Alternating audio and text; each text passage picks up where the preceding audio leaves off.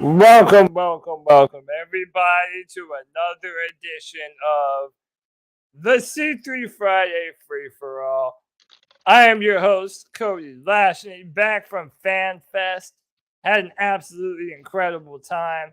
So much to talk about, man. Position battles. We have a preseason game coming up tomorrow.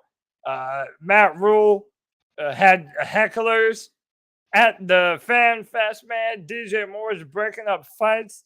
Man, there is so much always going on in Panther Nation. And as always, this is the show for the fans, by the fans. If you would like to join the action, you can join via StreamYard. I posted the link in the chat box. It's also in the description of the YouTube and the Facebook video. Boys, ain't nothing to it but to do it. Let's roll. You know these guys that I got on the show right now. You know them and love them.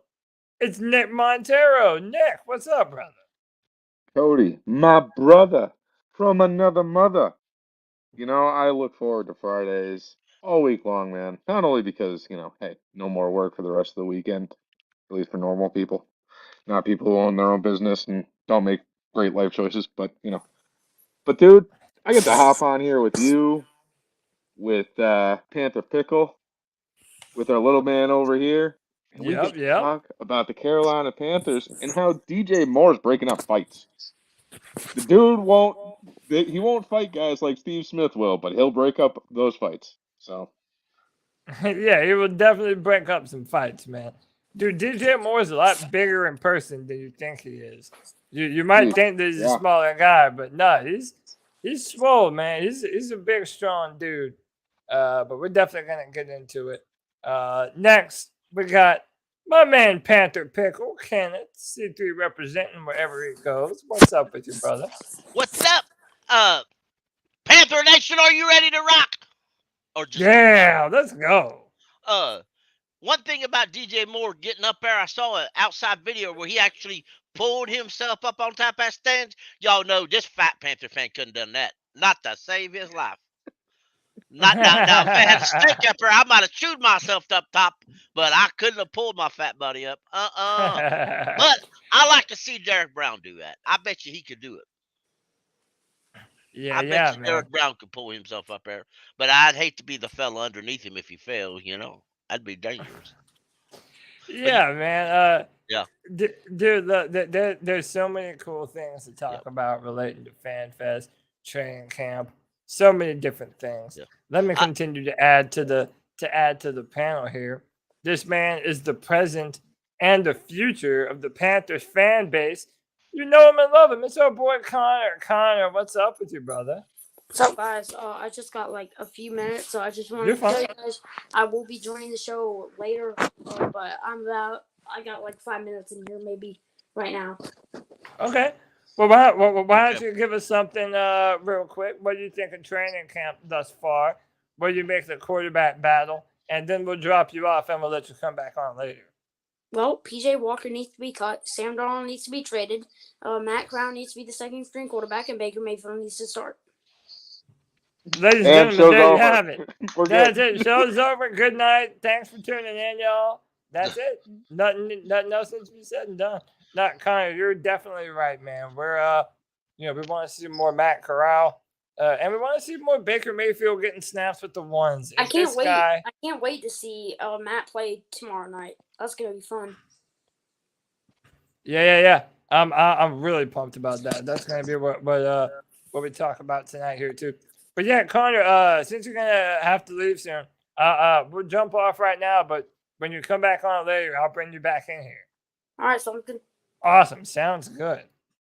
Noah, I see you in the background. Give me a thumbs up. Let me see some kind of visual confirmation that it's safe to put you up on screen, bro. But I definitely recognize you from the chat, though. But let's jump into this, boys. All kind of chaos going on. So let's jump in and talk about training camp thus far. What did you guys make of this quarterback competition? Are we hurting the team by continuing to split reps between Sam Darnold and between Sam Darnold and Baker Mayfield with the ones? I think we are. I guess I try to understand what Matt Rhule's doing, but at the same time, you can't help but feel that you're hurting yourself. You know who's going to win it. You know who majority of the people, and I'm going to include some of the coaches, want. So just do it and be done with it. I mean, Yeah. I'm right there with you. It's at this point you need to know what's going on. Okay, we went through the entire last season not knowing what we were doing with the O line. We had what 23 different combinations or something along those lines. Depending on who you talk to, they're going to tell you a different number, but anything over like 5 is basically insane at this point. Okay? Now, I get it. That's the O line. You're dealing with 5 different players, spread out along with every single, person behind them. But this is the quarterback. Okay? The team has already come out and said Matt Corral isn't starting this year, which, fine, whatever. I get it. PJ Walker, we all kind of know that he's either going to be cut or he is going to be the second string. We feel like Matt Corral is probably going to sit out the rest of the year. Might come out and mop up duties or something along those lines. But in general, it's probably going to be PJ. Okay? Whatever, that's fine. Yep. Make a decision between the two. Okay? You are running out of time. You are trying to figure out what you have in Matt Corral because you aren't going to play him during the regular season. You want to give him time in the preseason. So figure this out so that way we can move on with our lives and talk about different positions on the team. Yeah. That's what this team needs to do. Yeah, and the fact that we're still figuring out this offensive line at the same time. Yeah, it's definitely. I wish that we would have a better set lineup right now. I recognize this guy from the chat. It's his first time on the Friday Free for All. Noah, how are you, man? Okay, just trying to get my technology working here. I'm good tonight. How are you guys? No, you're good. How are you, man? Actually sitting here on the chat and watching the clowns do their preseason show on the TV screen over here. Who's that? The Falcons, right? I just saw something. No, this is the Cleveland Clowns. Oh, the Cleveland Clowns. Yeah, I'm watching the Falcons-Lions game. Oh, is that on right now? Yeah, they started that one at like 6. So. All right, so let's start with this. And by the way, everybody, hit that like button, hit that subscribe. We're trying to get to 4,000 subscribers before the start of the season. It is within grasp. You can help us do that if you hit that like, hit that subscribe. So let's talk about this first. DJ Moore at FanFest was the man of the people, in the fact that my man was really out here breaking up fights. This is a literal fight happening between fans. These two dudes are going at it, arguing about who knows what. DJ Moore jumps in and is like, yo, bro, there's families all around here. What are you even doing, man? I mean, one, it makes you question these fans in the first place. What was so upsetting in the first place that you had to be fighting during FanFest? I mean, come on. But then the DJ Moore to have the wherewithal to be able to jump up and be like, yo, dude, maybe relax a little bit. Come on. Like, what did you guys make of this from DJ Moore? I'll let you guys go first. I tell you what, this I've always liked DJ, but this not only proves that he can be a leader on the field, he can be a leader off the field. He can take his leadership into the fans and tell you to act like an adult when you hear and chill. Because there ain't no sense in fighting. And there's another view. I will post that view in the chat just real quick. But it's actually it's a YouTube page, but it actually shows from the field leverage. And if you watch that leverage, you'll Send see. it to me on the Twitter DM and I'll pull it up. All right, I got you. Yep. But yeah, and listen, this does show leadership too. You know, it's like as cliche as it might be. You know, the fact that he was, you know, had the wherewithal to be able to do that. That was really cool of him. And you know, again, it shows that leadership. I think we all know and like. Let me welcome my man Dexter from across the pond. Dexter, we love it when you join the show. How are you, brother? Yeah, I'm good, boys. How are you? It's good to see you again. Wonderful. Yeah, good to see you, man. How you been? Yeah, good. Do you have a good time at FanFest? Oh, dude, it was incredible, man. It was really incredible. We had a great time. Oh man, it was so fun. There was, you know, the fireworks show was incredible. I'll play a clip of that here in a minute, actually. But yeah, any more thoughts on DJ Moore? And I'll continue to pull. I see the clip that you sent me, Pickle. Yeah. All right. Yeah, we'll go. Yeah, go ahead, Nick. So here's my thing, okay? And this goes for just about everything in life, guys, okay? We are all fans of the same team. At the end of the day, we all want to see this team bring home a Super Bowl, okay? Why are we going to go out there and fight with each other, okay, whenever the enemies are the teams that we're going to be playing, okay? So let's quit fighting with each other and let's focus on the task that we have to deal with. Now, y'all see my fat ass getting up there? I don't. Watch them little I don't kids in either. the corner there. Watch them little kids in the corner screaming, crying, upset over the whole situation. That's a bad way to put your children involved into it. Mm-hmm. Yeah, man, and it's like, you know, they got DJ Moore, you know, sitting right in front of them, and he's busy breaking up fights instead of you know, signing autographs like he should, you know. Right. Mm-hmm. Yeah, let me multitasking like 50 different things here. Noah, did you want to get in on this conversation? But you making DJ Moore? And really, there's not a whole lot to be said about it. But yeah, just I mean, give us your thoughts on. We'll do this. Give us your thoughts on training camp in general. Like it can be about Fan Fest, what have you, whatever. Well, since I'm stuck up here in Ohio, obviously I wasn't at Fan Fest, but I did see a lot of the highlights and the different podcasts. Because, like you've probably already, you know, read, I had followed the Cleveland football team for a long time, but this last few months, the Jimmy Haslam clown show, I kicked him to the curb.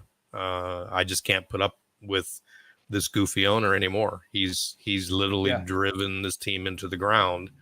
It's got nothing to do with Watson. I mean, that's between the labor union for the players and the NFL. I don't get involved with that. But since Haslam has gotten this team, it's been nothing but a train wreck. So I'm kind of, it's refreshing to get to hang with you guys and to look at what's, because I've watched Carolina for a while. But I guarantee you that any of the Cleveland people that are migrating to Carolina, they much prefer 2 seasons of 5 and 20 or 10 and 23 instead of the Hugh Jackson years of 1 and 31.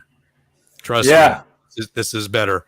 I feel bad for Rhule with the fire Matt Channing, but yeah, that's you got to expect that. Fans are frustrated. Yeah, and no, I definitely I've been noticing you in the chat room. I appreciate you, man. You're one of our newer fans, a convert since Baker Mayfield came. We're definitely happy to have you, man. Real quick, let me welcome my guy Dan Floyd. Dan, what's going on, man? First time on the show, right? Hey, you there, Dan? Yo, I'm on the screen, brother. Yeah, I'm here. Can you see me? What's up, brother? How you doing? Yeah, what's going on, What's man? up, brother? How you doing, everybody? I'm doing Hey, good. man, Doing great good. to be on. First time on with the boys. Been here, been following for a year. I'm repping my number one coach is top here, Phil Snow. Nice. And I I'm just like great. that, I'm man. just grateful to be a part of this community because what's kept me a Panther fan, I only started last year, and the only thing that's kept me going and kept me as a Panther is this community built in here, brother. So I'd just like to say thank Man. you to you, the professor, everybody, and the whole community in general who come in here because you are what make the Carolina Panthers. Man, Dan, that is so nice, brother. I thank you so much. Hey, listen, doing this Man, C3 podcast Dan is Floyd's been in the pub incredible. tonight. Yeah, dude, listen, man. I mean, I love the fact that everyone is coming to be a part of this community. You know, you get to feel like you're a part of the C3 Panthers podcast, man. That's what this show is truly all about. Dan, we're happy as hell to have you, brother. Real quick, also for Great whoever, characters as well, you know. yeah, man. So by the way, whoever has Sorry, background noise, we have. no, you're okay. Whoever has any background noise in the background, just make sure that you're muted while you're not talking. Now, real quick, let me introduce my man, JD. JD, what's going on, brother? How you been, man? Yo, what's good? What's good? I've been living life, man. I'm sitting here doing a little bit of schoolwork. Decided to hop in on the stream, shoot it up with you guys. I like that, man. I like that all day. So yeah, Jade. So actually, one, let me go to let me go to Dexter first. Dexter, just based on your observations, what have you thought about training camp? What are your thoughts? Are you like me? Are you upset with the way that Matt Rhule is handling the quarterback competition and the O-line formation? Or do you like his competition kind of spirit towards forming the football team? So it's kind of difficult over here. Obviously, we don't get the coverage that you guys get. Right. But from what I've seen, like I say, like what I've seen is from like Panther accounts on Instagram and whatnot. It's kind of, and also like what I hear on the podcast, and like from what I hear from you guys on the podcast, like he's kind of treating them all like children, making them do laps and things like that. But I also kind of get the discipline. I mean, there's a fine line between, you know, you've got to nail down on the discipline, but you've also got to treat them like adults. I mean, what's the point where these guys who are getting paid millions of pounds or millions of dollars a year are just going to be like, no, we're not putting up with this anymore? Yeah. And again, You know, for me, so it's a lot about preparedness. You know, to have our team fully prepared come the season opener. I think that's really important. And the longer time you waste on Sam Darnold pretending like he might be able to, you know, actually be a starter for this team, it's just kind of foolish to me.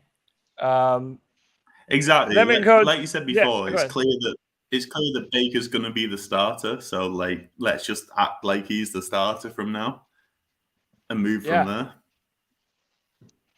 Yeah, I 100% agree. So I had some observations from FanFest that I put these out on Twitter, but I really kind of wanted to kind of share my thoughts and see if maybe people agree with me or not. So I said this. I'm gonna go ahead and share my screen, and I'll just read everything off the screen. So again, this is for me being there in person. These are my notes, right? I said Brady Christensen looks really, really good, and he looks the part, man.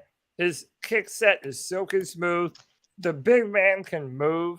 Like when you see him in person and you see how dynamic and athletic he is, I really have no doubt that he's going to be able to play whatever position we decide to put him at.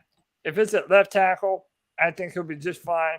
If it's at guard, I think he'll be just fine there as well.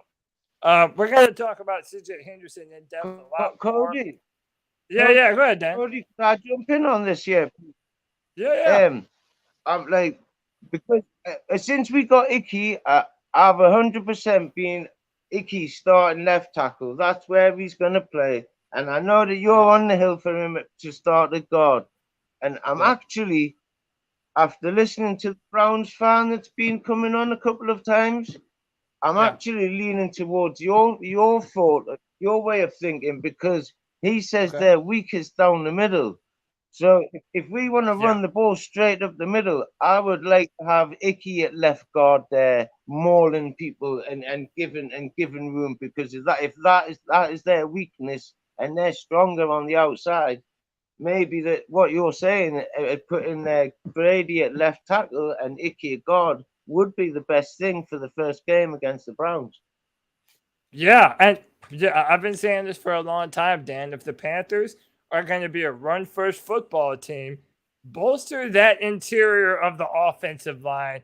That's what I think we need to do. But before we go forward, we're honored by a very special guest. You know him, you love him. It's the professor himself, back from the Dominican Republic. Let's see if he has a nice tan going. Tony Dunn, what's up, brother, man? What's up, guys? How you guys doing? We're doing good. Man, good, man. How did one of you men would make me real quick, I posted a link. Go ahead, Pickle. I posted a link in the chat. This is actually a replay of what I watched yesterday's FanFest. It's through WFMY. It's actually it's Steve Smith does it. He's on there quite often. I enjoyed it. I just thought anybody who didn't get to see FanFest, it's just a replay. It's just a replay of the entire show. And nice. Enjoy it. Yeah, for those out of market, exactly. who didn't get to watch it or see it. Let me go back to my man Tony real quick. Tony, how you been, man? What's how you been living? Man, I've been great. Kind of hard to keep up with things when you're out of the country, particularly when I don't have international service, so it's like Wi-Fi only, which I had a lot of access to Wi-Fi, but I didn't keep my phone charged very well.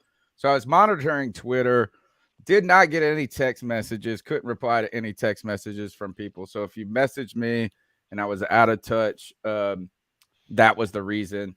I was just like DMing through Twitter and WhatsApp and stuff like that. But, trying to follow. In fact, as I'm coming home, I was traveling yesterday. For some reason, I thought FanFest was last weekend too. Like I was like, and when I said that is, I was like, God, why is nobody talking about this mug? I was traveling last weekend. I thought I would be seeing stuff on the timeline on last Saturday. I feel like it used to be on Saturdays a lot, or Fridays. This was a Thursday, so I was a pleasant surprise to start checking the stuff from yesterday, and then I guess we're left with some of the questions. I don't know. Are there more questions? Are there more answers? What are the top storylines coming out of it that are interesting to me? I tell you one thing is Olivia Culpo was there. Oh my God. Oh yeah. No. Good God. I'm surprised Christian McCaffrey even wants to play football, bro. And I can tell you he's going to have a groin injury all season. But, Tony, I do have to tell you, we really missed you, man. Getting those sprain injuries. Yeah, right. He was not getting those injuries, man. So look, man, Tony, you were the missing piece yesterday. Because I was able to meet up with Kevin. That's why Kevin's not on here. He had a crazy weekend. We met up with my man Greg, and we also met up with this guy joining the podcast right now, the voice that makes the moist, Codizzle Allen. Codizzle, what's up, brother? What up, ladies and gentlemen? How you doing, man? buddy? Oh, just out here. Hey, thanks, Nick, for the info on that Majig you sent me as well, by the way. Dude, anytime, man. I've been using it the last few years. Works mint. So highly recommend it. But yeah, man, I listen, we messaged Tony after FanFest. That was a fucking blast, bro. It was so fun. So fun. I wish that we had the ability to buy more tickets at any given moment. Maybe we can reach out to the Panthers about that and maybe try to do some sort of a C3. Like, 'cause the Riot seems to have their own section. Yeah, so they're able to buy a group. Like, so I'm wondering if maybe there's an option for us to be able to kind of get something like that done for us, especially if we're able to say, like, hey, listen, we're gonna pre-purchase 30 of them. Like, let's go ahead and do it. Like, let's get 30. You're gonna have a rowdy section, but we're gonna have everybody within 5 feet of one another by splitting it up between 3 different rows. I mean, dude, it was so much fun.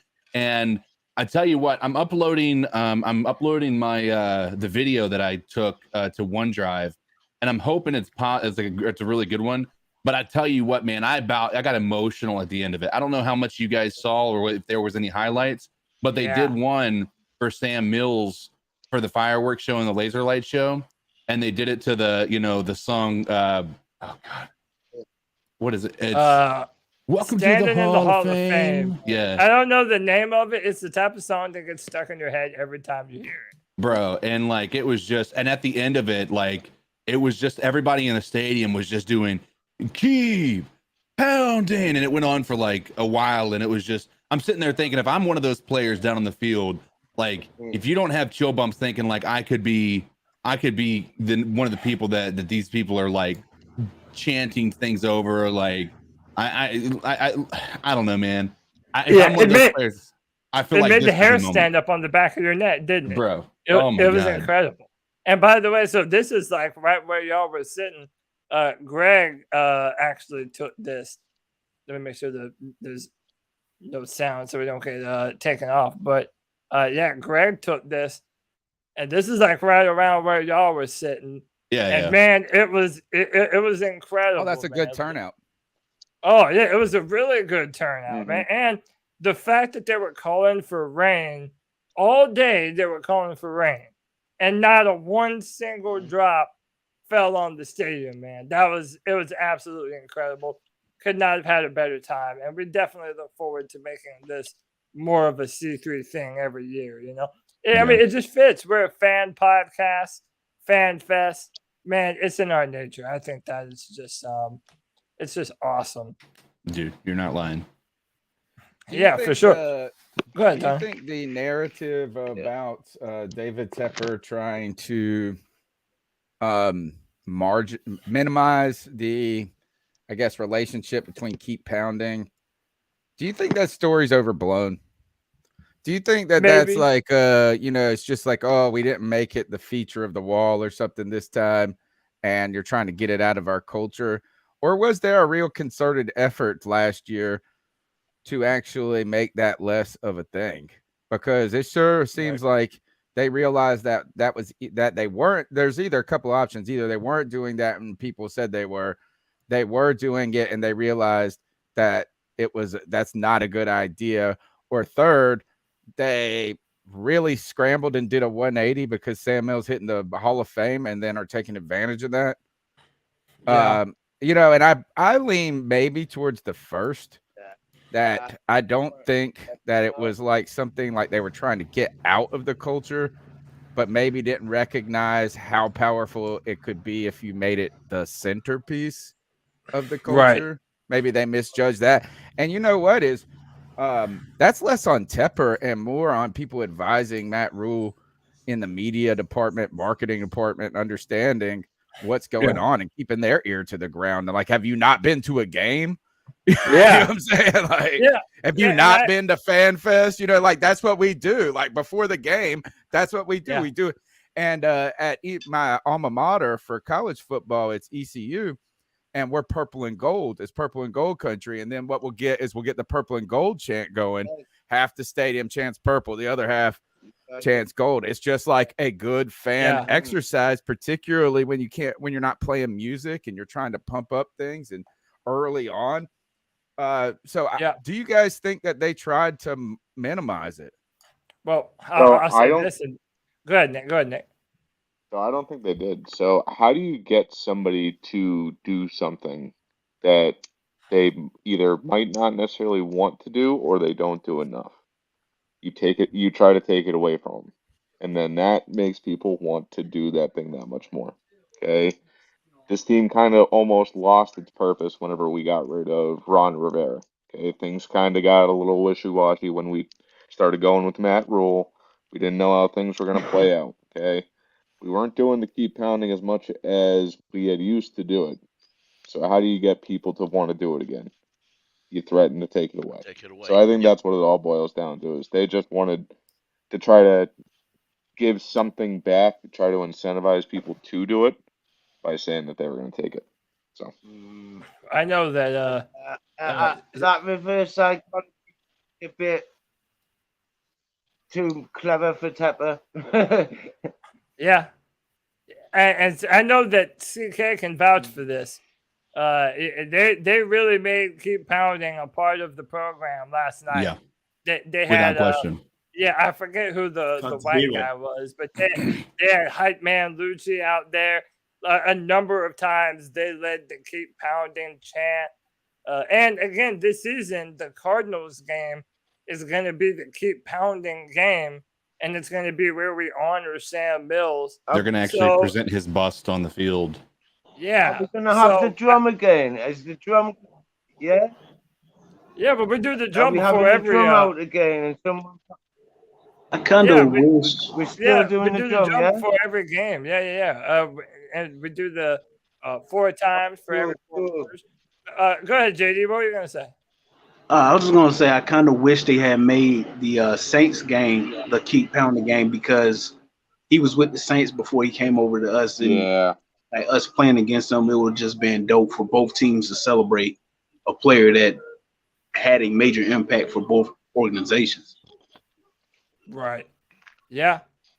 And you know, a lot of Saints fans. Well, my brother is a Saints fan, so he'll tell me, "Oh, Sam Mills did more for the Saints than he did the Panthers." I'm like, dude, I don't give a damn. He means more to us than he does y'all, and he's going to retire a Carolina Panther. So that's first and foremost. You know what I'm saying? And I think we can all agree the best thing to ever come out of the Saints is Sam Mills. Oh yeah, if not the only good thing. Maybe Roman Harper. Yeah, Roman Harper maybe, but Sam Mills is by far number 1. So I once said nothing but curse words to Roman Harper when he hit Steve Smith, but then I remember that. Yep. That was a big time brawl. Steve Smith versus the Saints and Roman Harper. Did you see the Smithy thing though when he said, I slowed down on purpose to get you with that stiff arm in that game when he was at the Ravens. Yep. So all right, so look, this is Did you watch that interview? Yeah. So look, this is the question that I got teed up for everyone. And this is a legit question, and I want you to think about it. Is it possible that CJ Henderson might be our number 1 DB this year? Let me pull these comments down. CJ Henderson has looked an absolute dog. And this isn't just last night at FanFest. This is him picking off Sam Darnold with a pick 6, taking it to the house. But everyone who has had their ear to the ground listening to camp updates, man, CJ Henderson has been one of the very breakout players of training camp. So my question is this: is it possible that CJ Henderson might indeed be our CB1, especially with the fact that J.C. Warren hasn't really had the opportunity to really prove himself yet all the way? I think so. Good. I like CJ. I do believe that if Matt Rhule had his way, we would have drafted CJ Henderson instead of Derek Brown. But all that none to be said. I think C.J. Henderson coming here, being traded, was probably the best thing that ever went right for his career. I Yeah. think it changed his career for the best. And he's out to prove. He's out to prove the NFL that his rookie season, people misjudged him. I tell you one thing that annoys me about this. Why is it that C.J. Henderson was just given the starting job straight up, and you're not going to give it to these other cats? Like, you know what I'm saying? You could say, "Oh, competition." Like, what did C.J. Henderson? I mean, I'm happy that he's doing well here in Carolina. I am. And if we can, if he gets in a more positive environment, feels appreciated, kind of develops kind of maybe a little bit more excitement about his career going forward. And maybe he'd had it the whole time. He was just miserable and where he was at. And that's just possible. Yeah. Maybe he's just a quiet dude. I don't care. But the idea is like, oh, we're going to have to manufacture this competition between Sam Darnold and Baker Mayfield. We have to manufacture this competition between Aquanu and Brady Christensen and make him earn it. We don't just give it to rookies, right? Then we got to manufacture this competition between Michael Jordan and whoever the hell else. And we manufacture. Yeah. But then in this case, it's just like, hey, CJ, we traded for you. We needed you last year. And guess what? You're our dude this year.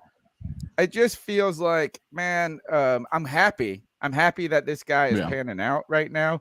And if we can get him to really work out and be an effective player to the level, not even what maybe he was projected to be, but if you just get a really solid starting corner for the next 3 years, that's a big win. It just seems like this is some places there's zero competition.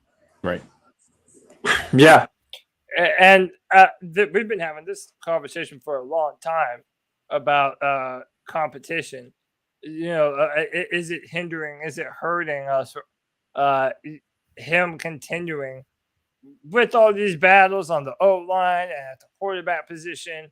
I mean, this is something that, you know, we've really been talking a lot about. You know, I don't know. I do think that we have two really good problems, and that we have two guys that we're talking about as being our left tackle number one, and Christensen and Icky Aquanu, and the fact that we have C.J. Henderson now. And listen, I do think he got a little bit of a bad rap. Tony alluded to it. People said that he didn't love football, that he maybe just wasn't into it. I kind of just think the man was in Jacksonville and the Jaguars were a dumpster fire, and he wanted to do everything in his power to get away from that organization. I agree with Panther Pickle. I think it's going to end up being one of the very best things that ended up happening to my man. I wanted to bounce around here so I make sure I get everybody in on the conversation. I want to go to JD real quick. JD, do you think there's a potential that maybe CJ is the real number one corner and not JC?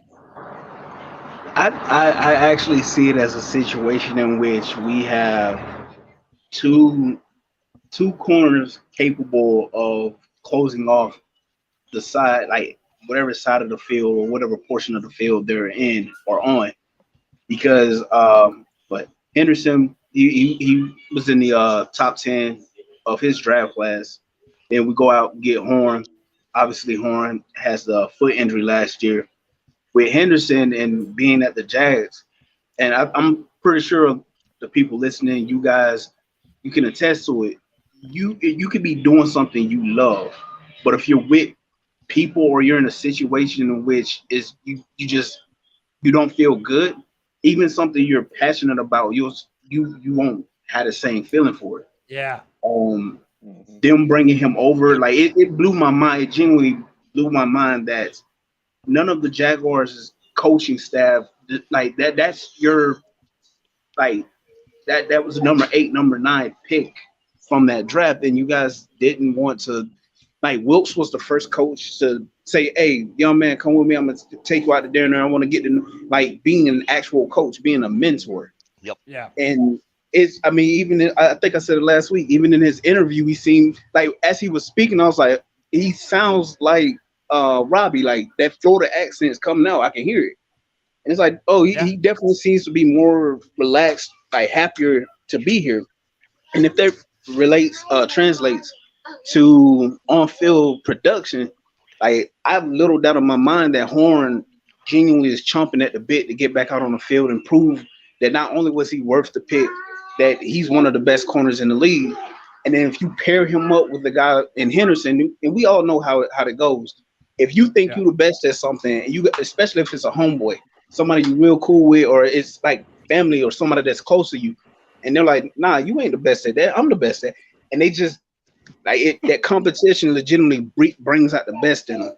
So now you have two corners that, oh, we're gonna put Horn on your number one, or we're gonna put Henderson on your number one, or we're gonna our other corner is a shutdown corner too. We're gonna just go ahead and take away your 1 and 2 options at throwing the ball. We're gonna make you one-dimensional. Yeah. I'll tell you one thing, neither of these guys is a number one until they are a number one, right? I mean, that's the end. At the end of the day, is that like it is all projection, it's all upside, it's all hope until these guys actually go out there and perform. And I'm sorry, like you can say that JC Horn's a lock. Well, I mean, he's just like, we'll have to wait and see. You know what I'm saying? It's like Christian McCaffrey seemed like a lock 2 years ago. Now we're waiting and seeing again. So look, I think it's good. I think like one of the nice things about our defense is we got young defensive talent, right? We're young and fast, so we're not old, but there's also a lot of question marks. And I don't know, did Horn participate at FanFest? Not a lot. Not like meaningful. Not like a meaningful amount. No. Okay. I mean, and then the question is like, then what are we going to look for tomorrow? I'm more interested in what we're going to see tomorrow rather than what we saw at FanFest. Yeah. And you know, I just wonder. I mean, obviously, the number one question is this quarterback thing. And right now, Sam Darnold has done nothing to pull himself to this, you know, ahead. It's just kind of strange that it's even a competition at this point. It hasn't seemed like that so far. And then I guess my question is, if we're thinking about that, is what do you guys think the workload is going to be tomorrow for the quarterbacks? They said that though each quarterback, as far as Baker and Sam will get 8. I forgot now. 9, 8 to 10. Yeah, 8 to 10 snaps. It roughly they'll be out there for a season or two, or for a series or two, and that's it. But you know, on the Henderson thing, one thing I think that's helped Henderson elevate himself on the depth chart so far is the simple fact of injuries to the other two corners, because Horn being out with an injury, and what's named Taylor, he was out. He went out the first week of training camp with an injury, so that left Jackson and Henderson as your two most experienced corners out there. Yeah. Hey, real quick, let me welcome my man to the stream, Twan Don, how you doing, brother? What's going on, guys, man?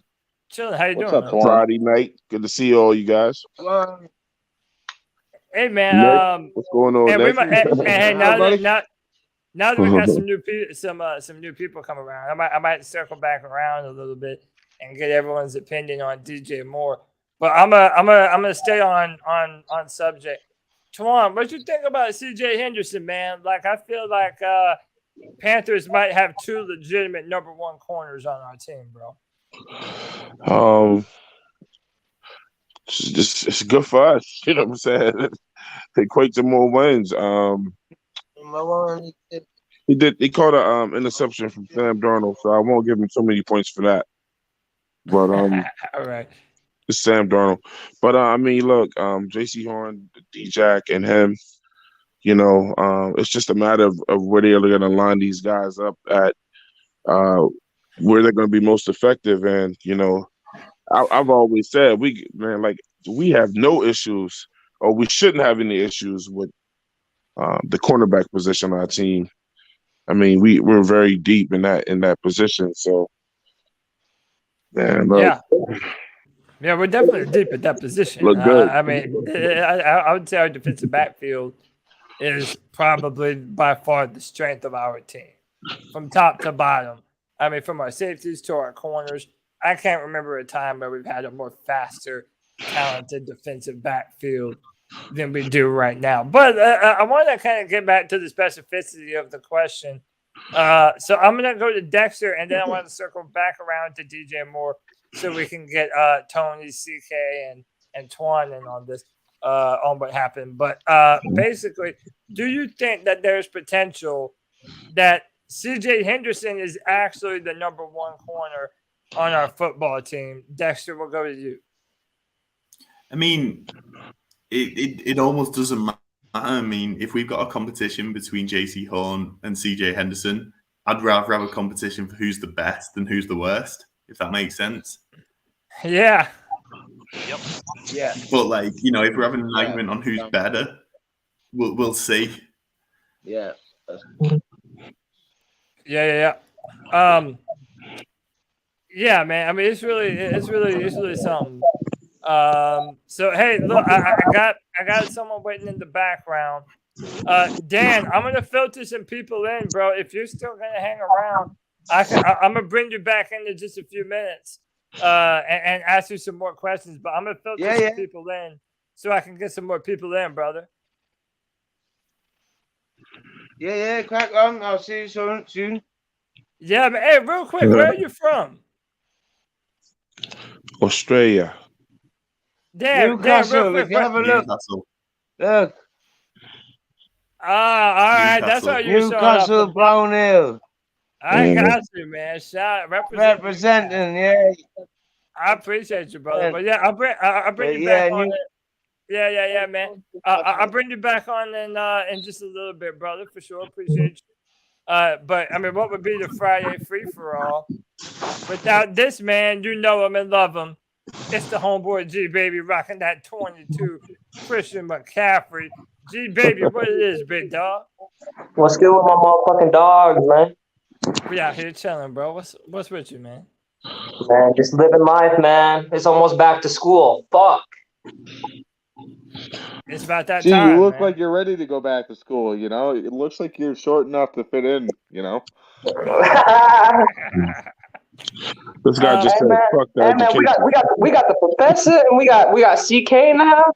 Oh man, we're representing out here today, man. C3 crew stand strong. You know what I'm saying? I see that. Hey, but so I want to circle around. We kind of talked about it a little bit earlier, but I wanted to get Tony, Twan, CK. Oh shit, Twan was in here. Hey, what's good? What up, G baby? Hey man, what's good, Nick? What's good, What's Mr. good? Pickle? What's good, JD? Yeah, what's good with my dog, man?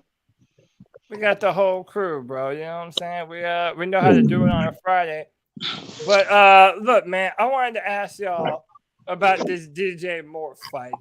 I'm gonna bring up the video that Panther Pickle sent me because that's a good angle of it. But what did y'all make of DJ Moore jumping into a crowd to stop a fight between Panther fans?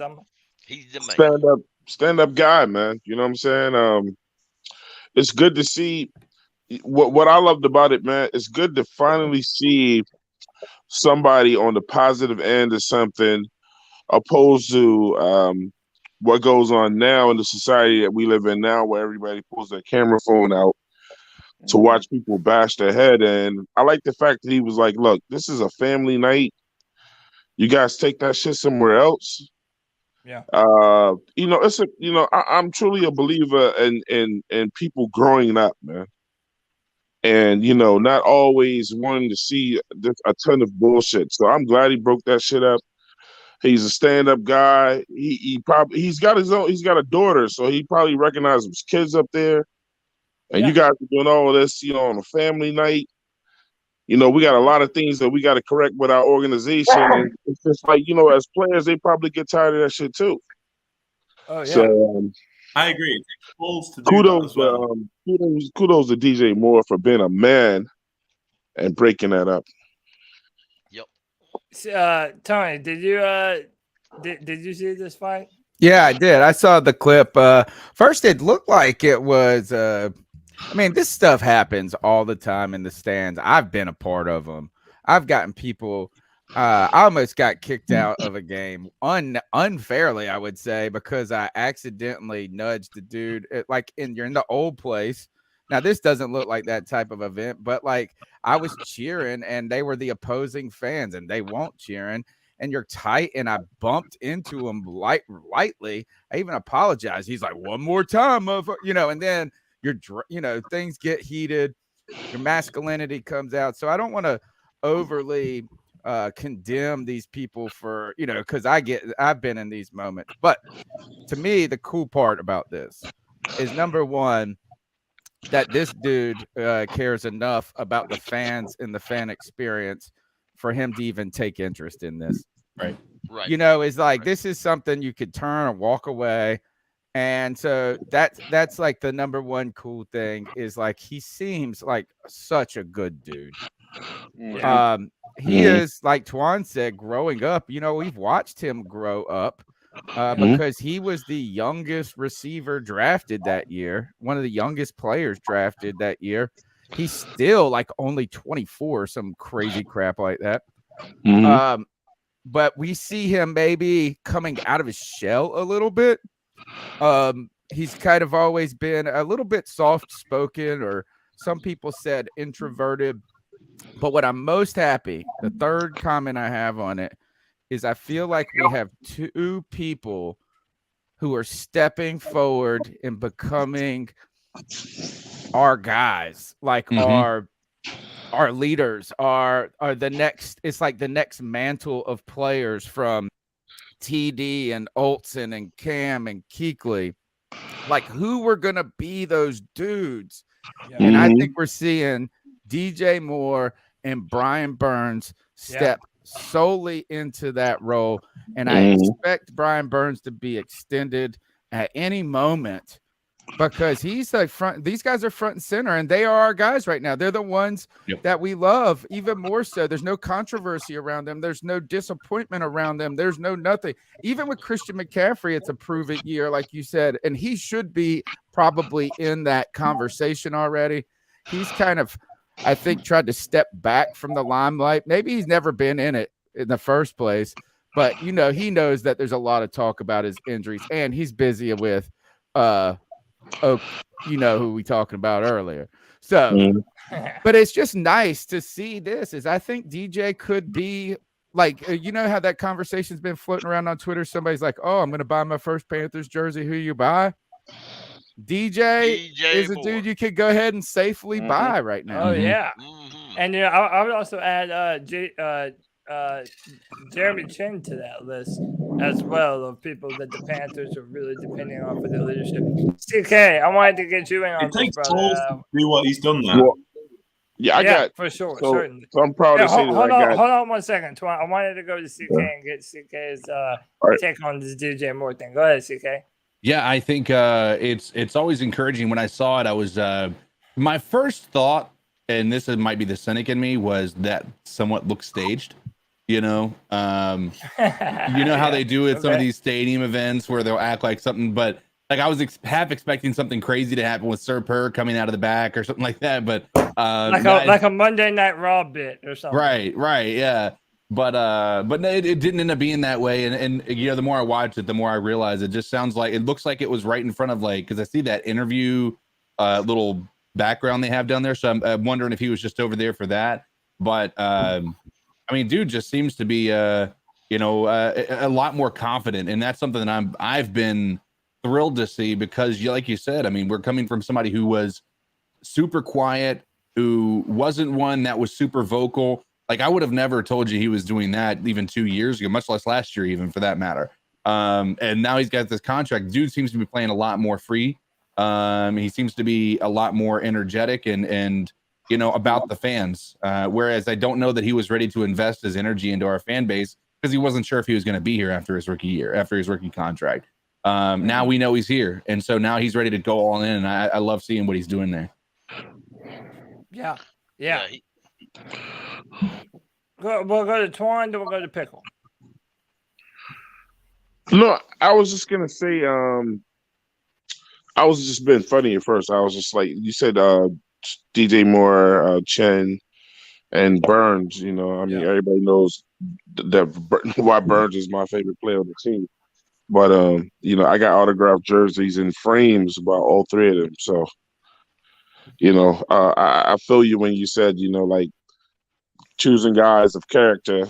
You know what I'm saying, to collect things from and things like that. And yeah, I mean, they up next. I mean, the biggest problem that I was having in the past was just like, who's going to step up and be the leader of this team, bro?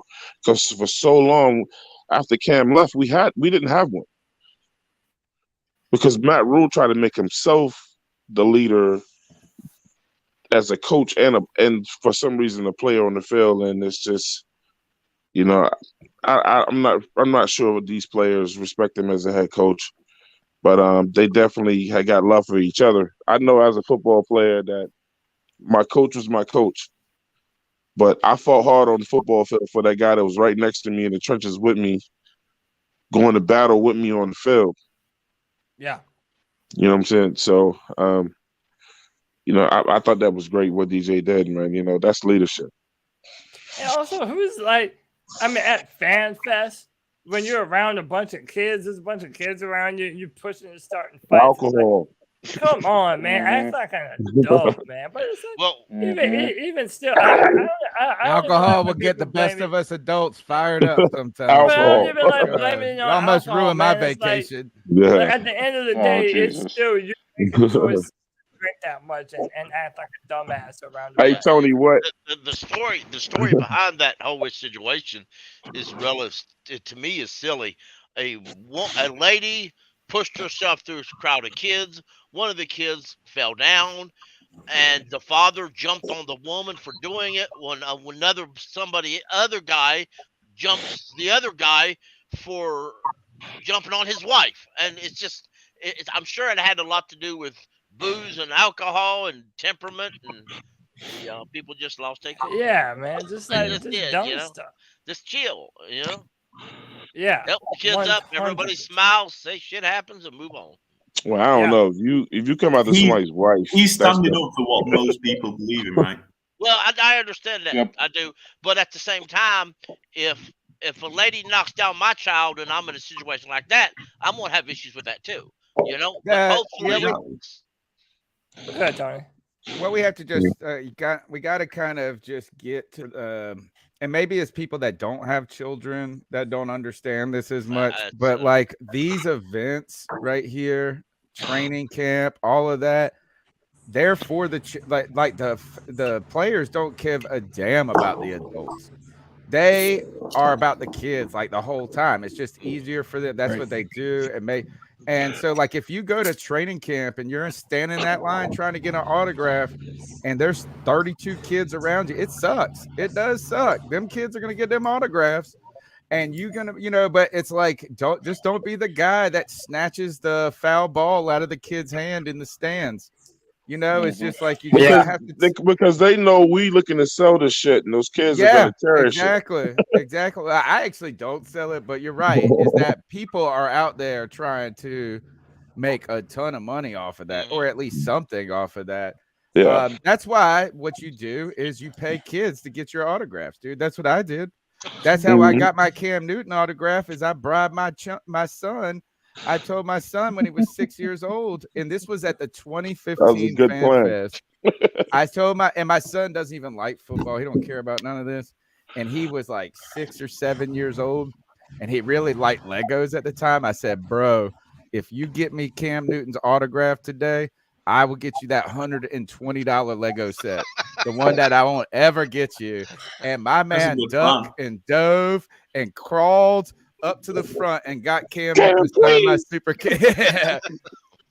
Cam, please. Yeah, my son at that age would have done that for some Legos. That's a fact. Yeah. These events are for kids. They are family events, and people that do need. That's what when you're getting into autographs and stuff. But is like alcohol will. You just don't let things go, and people people like the worst part of people comes out in these moments, like just Yep. pure selfishness of like, I need this autograph. And you don't even think about the people around you. And you're just like, if you know, it's kind of almost like a mob mentality where if you could step away for a second and look at yourself, you wouldn't do it. Yeah. You would just be like, wait a second, I did that, you know. And you see all the time people just jockey, and it's hot.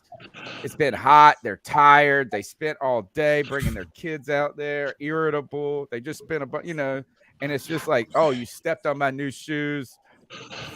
Also, good idea. Don't wear new fucking shoes to those events. That would be my other piece of advice, or else you all are gonna get a fight. I think, like, if I had Gentlemen, I'm going to have to leave early. I appreciate the invite to the site. I'm really enjoying my time here with you guys. This is way better than Cleveland. No, we appreciate you. And by the way, Tony, if you guys don't know, Noah's one of our newer fans. He was a Browns fan. He's been hanging out with the chat room, and he's down with the Carolina Panthers. Heck yeah, dude. Yeah, we appreciate you, man. I'll leave you with this. I'm so happy to be here. I feel just like Barry White. Oh, there you go. I like that. Thanks for hanging out with us, Noah. We see you. Good See you stuff, later, man. man. Shout out to Noah. That was awesome. Cody, you realize we have 120 people watching and only 64 likes. Hit the like button, man. Bro, you know what that means? Yeah. I mean, look. I mean, basically, we don't get too many opportunities to do this on a Friday, but we have been bestowed with the heavenly sounds of the voice who makes them moist. CK, why don't you talk to him, Big Pop? Well, hello there. My name's Alan, CK, or Cody, if you want to get really confused. I'm coming back from a trip down to Charlotte to spend some time with my buds Greg and Cody Lashney. We went to FanFest, got to enjoy the company of other Panthers fans, which many of us don't get to enjoy outside of the state lines, outside of the city of Charlotte. But we were able to go down there and celebrate as a family, as a unit. And that's what we're doing on these Friday free-for-alls, on our Tuesday night show, and our upcoming post-game shows. You're joining in because you want to feel a part of that party, a part of that family, a part of the C3 Panthers podcast. But you haven't hit that like button yet? I have one thing to say to all you absolute fucking freaks. Subscriber shame.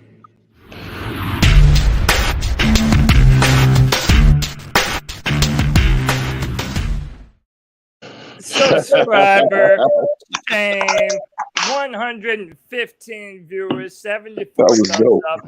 Hit that like button, y'all. Hit that like button. Hit that subscribe. Hit that notification bell. We're trying to get to 4,000 subscribers before the start of the season. We're almost there. Look, me, CK, and Tony, we know that we got some irons in the fire, y'all. We're doing some big things this year on the C3 Panthers podcast. And trust me, you want to be a part of it, man. So help us kick the ass of the algorithm. Hit that like, hit that subscribe, hit that notification bell. You already know what time it is. I want to. Cody, can I say something real quick, G? Of course you can, brother. What's up? Hey, have you guys seen how what's his name? Desmond Ritter? For the Falcons? Yeah. Yeah. The dude's been playing nice. And hold on, man. I want to talk about another thing. Can we talk about Malik Willis for a little bit? Yeah, man. Let's do it. Talk about because this shit pisses me off, bro. Whoever's connected to fucking Cam Newton, we're not gonna fuck with. I came to that conclusion, man. There is no reason why we can't trade up to 86 to fucking draft Malik Willis if we can trade up to 90. Where did we pick Pee Wee at? 92, 93, 94? This is what I gotta say. If Baker, if Sam, if Pee Wee, if they're not doing that type of shit in the preseason, what I'm seeing from Desmond Ritter and fucking Malik Willis, we have a fucking problem, man. What did Malik Willis do? Did you not see the highlights? I saw him run one ball in, man, and he Did got you not see the pressured whole passes? game. What are you talking about, G? His O-line didn't even allow him to get any passes off. Bro, he's making plays. And I'm hearing great things from fucking Justin Fields in camp. Amazing things. One play. Bro, if these QBs ain't doing that type of shit in the preseason, we have a fucking problem, man. But G-Baby, hold on, wait, G-Baby, so what you gonna do tomorrow? And not only that, we need to trade J.C. Horn for fucking Roquan fucking Smith. I heard the trash y'all were talking about fucking Roquan Smith. Y'all are fucking horrible. Alone on that. No one is gonna trade J.C. Horn. Roquan Smith, you guys are crazy. Hold on, G-Baby, I had a question, bro. What are you gonna do if Matt Corral balls out tomorrow? Hey, Pee-wee, you want to know what's crazy? Pee-wee's only gonna probably see a quarter. Maybe one. We do this shit so fucking wrong, man. We need to do. This is what we should have done. We shouldn't have even drafted a fucking QB, man. I would love to see Pee Wee play 3 fucking quarters, a whole game, but he's not going to because we have to watch these bitch ass motherfuckers and Sam Darnold and fucking Baker fucking Mayfield, man. Well, we don't even need to. We want to see fucking Pee Wee and see what he has to do, but we can't because we got to watch fucking Baker's bum ass and fucking Sam Darnold's bum ass. We're probably going to see 4 QBs in the first fucking preseason game when it shouldn't have to be that way. That's a blood vessel. It pisses me off. Hold on. I'm about to blow my top here. Hey, Tony, cover me for just a minute, man. Bounce it It makes around. no sense. This makes no. That JC Horn take gotta go for right now, though. Hey, man, No. Yeah. Pro Bowler. Roquan Smith's a fucking Pro Bowler. We don't even know. You guys are too high on fucking J.C. Horn, man. I do believe that. We don't even know what J.C. Horn is. You know what? Roquan Smith is a an Pro Bowler. injury. Roquan Smith's a top 5 inside linebacker in the NFL right now, and he's young. There's a lot of dumbasses go to the Pro Bowl because they're popular. Just because you go to the Pro Bowl 1 year, Yeah, Pro Bowl don't really mean too much, bro. it don't mean jack shit. Y'all are crazy, man. We have enough DBs. We have 6 DBs. We don't need J.C. Horn. J.C. Horn has more talent in his big toe than Roquan Smith got in his whole damn body. Was Roquan Smith all pro? Was he all pro? Let's Don't do matter. this before we He's get into injured more that. than he's That's healthy what counts. Roquan Smith's stats, numbers are similar to fucking Luke Kuechly. What the fuck are you guys talking about, man? Come on, man. Go look at the numbers, man. Cut it out. Tony, go look at the fucking numbers. All right, I'll pull them up. Go pull up the fucking numbers. Y'all are tripping. Calm down. And he's not injury prone. He's always available. Man, y'all are tripping. We have no linebackers. We have 6 DBs. We don't need J.C. Horn. Giving up a first-round pick for some. We could trade J.C. Horn for Roquan Smith straight up. Oh, how much? They need DBs. Chicago has no DBs, man. G-Baby, you that's gotta, not gonna happen, bro. you know for a fact that it's not just trading him for Roquan straight up. It's I can see that happening. It's not just about that. That's not gonna happen. He's not requesting a trade because he wants that, just because he wants to go to another team. He's wanting more money, and they're not giving him more money. So you're gonna expect him to come over here and have us sign him to a monster deal when we have a potential All-Pro cornerback potentially for a rookie contract that's barely peanuts compared to that? I don't think that makes much sense. Yeah, let's hear. Hold on. Pause up first, and we give a shout out to Wade Evans. Thank you for the super chat. 999 999s. That means we're gonna win more than 9 games. 3 more games than 9 because that's Baker Mayfield's number. Thank you for the support. You can support the C3 Panthers podcast by smashing the like button, subscribing, helping us get to 4,000. Or if you're feeling spicy and generous like Wade Evans, you can drop a super chat, a super sticker, or donate via PayPal like our boy Dave Hino did. Another $20 bomb he dropped while I was in the Dominican, man. We appreciate that. Again, we're reinvesting in the podcast. You can see we've been doing a lot of extra content, putting a lot of new graphics, a lot of new intros. And not that, we're just trying to make 2022 our year for this podcast. I think we built a foundation where we're really going to catch our momentum this year. And I think CK does bring up the real point, G baby, I'm going to temper you. I'm going to try to tone you down a hair here. I'm going to calm you down, a little chi on you. Here's the chi on you. I think, number one, you do have a point that we have coronated J.C. Horn prematurely. Right. Is a lot of Panther fans have acted like this guy is a no-miss talent. A no-miss talent. And if there is a no-miss type of talent, he might be close to that category. His dad being a former pro wide receiver, all pro bowler. I mean, he was a dog, dude. What's his first name? Joe Horn.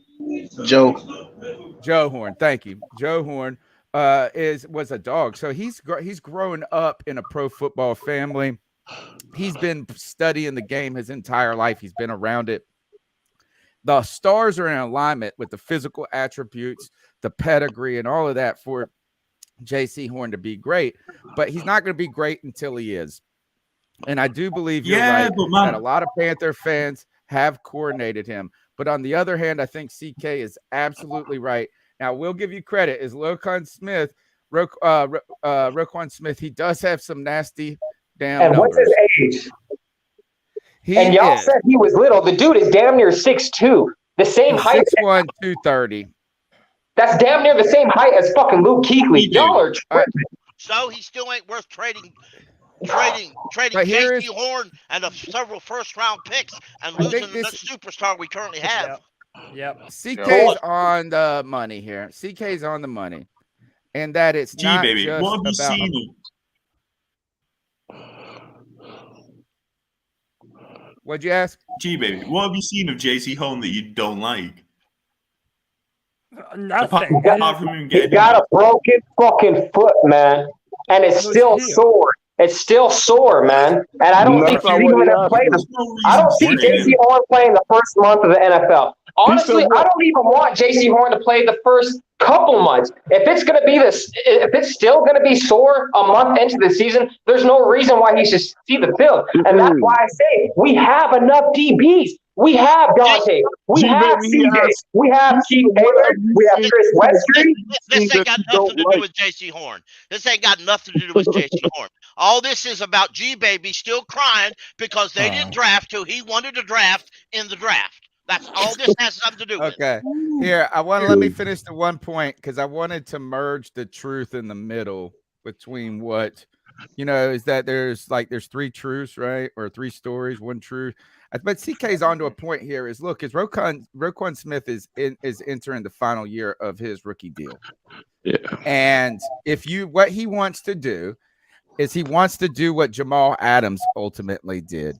And that is force a trade to a team that then has invested enough draft assets, maybe future assets or current assets, to where they feel obligated to then extend the contract. He ain't getting that shit out of us. Yeah, and that's what? That's just not smart for the Panthers at this moment. And the reason I say that is because the future of the Panthers organization is so uncertain, right? Is that we could be hitting a stabilizing point with Matt Rhule, maybe, right? You might see Baker come in. You might see Christian McCaffrey bounce back. It could stabilize, but at the same time, there's a real chance that it could just fucking fall apart and we're wiping everything clean. And the less of those contracts you have on the books, the more latitude you're going to have and freedom going forward. And so I think that that's the case right there, is that that's kind of a win now move. And I don't know if we're necessarily, maybe if we were at 7 games into the season, we're 5-2, and our starting linebacker goes down and we have a nasty defense, maybe trading for him, but not with J.C. Horn. Too much of a young talent with too much capital invested in him right now with a first-round pick. Did we talk about, though, as I brought up Matt Rhule, did we talk about the guy, the Matt Rhule, fire Matt Rhule? No, but yeah. Fire Matt Rhule. And then my man started hitting rhythm towards the end. He was by himself. we can play it again. Hey, I Tony, told before I him play on the it, last show. wait, hold on 1 second, Tony. Before I play it, did you read the donation? I don't know. He did. I did. Okay, I did. all right, good deal. So yeah, this is I'll pull it up. This is Matt Rhule at FanFest being heckled by a loud fan right behind him. Voicing at the end of the day, his displeasure. You know, between soccer, between football, to me, like it's been tremendous to see the atmosphere, to see people coming out. So, you know, I'm happy everyone's here. Even the guys saying fire Matt Rhule right now. I'm happy that everyone's out here. Our players worked hard; they deserve it. So, what's the point for JC? I mean, really, he took it. He took it on the chin like a champ. Like, what else are you gonna do in that scenario where you have someone right behind the camera screaming "Fire Matt Rhule"? And the guy was hitting rhythm, dude. Like, I felt like if you put a backup band behind him, he would be like a wedding singer. I will say this: I don't think he deserves that, but like I get where it's coming from. Of course, he deserves it. Hey, listen, he doesn't deserve to be like from that perspective. That's like just super disrespectful, you know. I've been saying on my show. I think I said it last week on this show. I said, listen, that's something he's gonna have to hear all year. Right. He must have go prepare for it. That's just preseason fire Matt Rhule's right there. Wait till the regular season starts. When the whole crowd is chanting it. But the thing is, they're gonna take the shit out on Matt Rhule for some shit that Tepper did. Man, he should have been fired, and so Tepper want to leave him in there.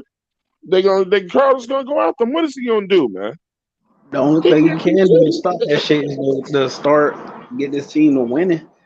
That's the only thing that's going to settle some of this down. It's just gonna make him and Tepper look horrible at the end of the day if we don't win, which I think we're gonna win. But if we lose games, Tepper set him up because it's just like, listen, you ain't gonna go after Tepper because he ain't gonna be visible. So you're gonna have to go after Matt Rhule. They're gonna try to make this dude quit.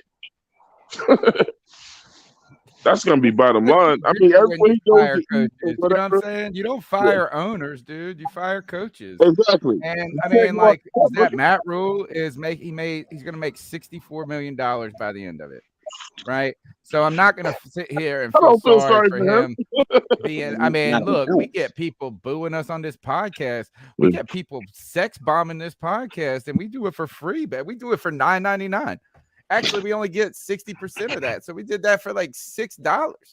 So the point is that he is going to hear that until he wins. Oh, yeah. And that's fine. And you know what? And if he doesn't win, it is the wrong move by Tepper. But when you're a billionaire, you get to make mistakes and move on. Exactly. And Matt Rhule will be a multi-millionaire no matter what. I just wonder if Matt Rhule, I mean, you know, we're gonna wait. We just have to wait and see. He is handling this in some ways the press pretty well this year. It seems like he's taken, like you said, he took it on the chin. He went out there and put his good face forward. Yeah. At the same time, though, you know, people are asking, is he handling some of the decisions about the starting lineup correctly, or like we said earlier, manufacturing. This team is definitely going to win. You know, so we'll see. Hey Tony, if you and Cody paid me $60 million to come on this show, people could say "fuck me" all show, and I won't give a fuck. No doubt. I will not care. I tell you what, you don't have to pay him $60 million. I'll do it 50% cheaper. I'll do it for $25 million. Yeah, I don't. I'll do it for $1 million. I'll do it for $25. I'll do it for $25, bro. All right, hey, real quick. And we got $25 over here. Hey, but before we go forward, I want to welcome two new people to the show. Hey, I want to welcome a few new people to the show. First up, Jay Stubbs. What's up, brother? How you doing, man? What it do, Panther family? Hey, that's that boy. What it do? What's up, big dog? What's up, man? And then secondly, I'd like to welcome Anthony to the show. Anthony, what's going on, bro? What's up, guys? How's it going? Dude, how's it going, man? Happy to have you on the show, man. Yeah, absolutely. Down here in Spartanburg, been watching the training camp. Went out there last week. Oh hell yeah, dude! So you've had a chance to make it down there to Spartanburg and watch some practices. Yeah, took my kids out there last Friday. You know, it was like about 1,000 degrees out there on the hill. Yeah. And I was like, it was like, you know, right there at the end of the practice, man, I was ready to get Baker's, autograph, had my hat ready right down there at the fence. Then my daughter's like, Daddy, I'm about to fall out. It's like, it's so hot. So I had to take her up to one of those tents. And no longer did I take her up to the tent. Did Baker walk exactly right where I was at? Oh, hate to see, man. Hey, I guess that's being a dad for you, huh? Yeah. Got to make sure your little ones We'll have to just pour some water on it. Stay hydrated, alive and kicking. But so look, so I'm actually gonna go to both of you, J Subs and Anthony, right now. G Baby brought something up earlier, and I want to go on that because Roquan Smith has been in the news. People have been talking about wanting to trade for Roquan Smith. Panther Pickle laid out a really good explanation of why that might be a bad idea because of what it would cost to get Roquan Smith here. We'll start with J Subs. Are you interested in entertaining a Roquan Smith trade? Do we need his presence at linebacker that bad that you would be willing to give up a few things to get him and pay him a contract? Well, man, it was a tough question, but if he was down to come here, like I wouldn't be the first person. I would wait like we did with Baker, just wait it out. If someone takes him off the market or makes a trade, whatever, yeah. But we need to fill that position and I love Shaq, but Shaq's not the answer. We all know that, and I think that we need to really invest in his linebacker situation moving forward. And I know he's on a second contract, but I might give it up a first, next year's first. But if the market, cools, then yeah. But I can't give up, a first or a second for him. Yeah, and that's kind of what a lot of people think too. But let's be real, our linebacker, situation right now is all basically prospects and Shaq. So yeah, I agree. And also, let's mention he was inside linebacker in a 3-4. And a lot, as Pickle pointed out, a lot of people think that we are basically a 3-4. So maybe it does fit better. I've been saying that, man. Like I know we lined up 4-3, but with our speed on the outside, we basically, throwing some kind of hybrid. You know what I mean? Yeah. Anthony, what say you, man? Would you be interested in entertaining a Roquan Smith trade? Yeah, look, if the price is right, man, and it's all about talent. It's all about raw talent. Is the folks that you got on your team, are those the best people available to put on the field? If we can get this guy and he takes us to that next level at that position, I'm all about it. Like it's all about the best person on the field. And so I don't want to break the bank, like you said. I don't want to give up any more picks. We already give it up way too many times. I just don't want to give away the bank, man. I don't know. Yeah, this is so late. It's so late. And he's missed training camp. He's missed OTAs. He's missed all that time and, getting used to the defense and all that. I don't know if I would put him out here right now. You can't avoid giving up the bank. That's the first thing that he's seeking is the bank. Yep, because right now, inside linebackers in the NFL are making on the average at the top of the top, and that's where he wants to be paid. He won't take nothing less. The top of the top is making $20+ million a year. So you would rather pay fucking Brian Burns a fucking max contract when he doesn't fucking finish plays. He'd rather be fucking Spider-Man than give money to a fucking bona fide fucking Pro Bowler? Are you fucking kidding me? Dude. Yep. I just don't want to give up the picks. I don't mind paying the money, just the picks. But baby, you understand why everyone's hesitant to have to give up, potentially 1 or 2 first-round picks for Roquan Smith.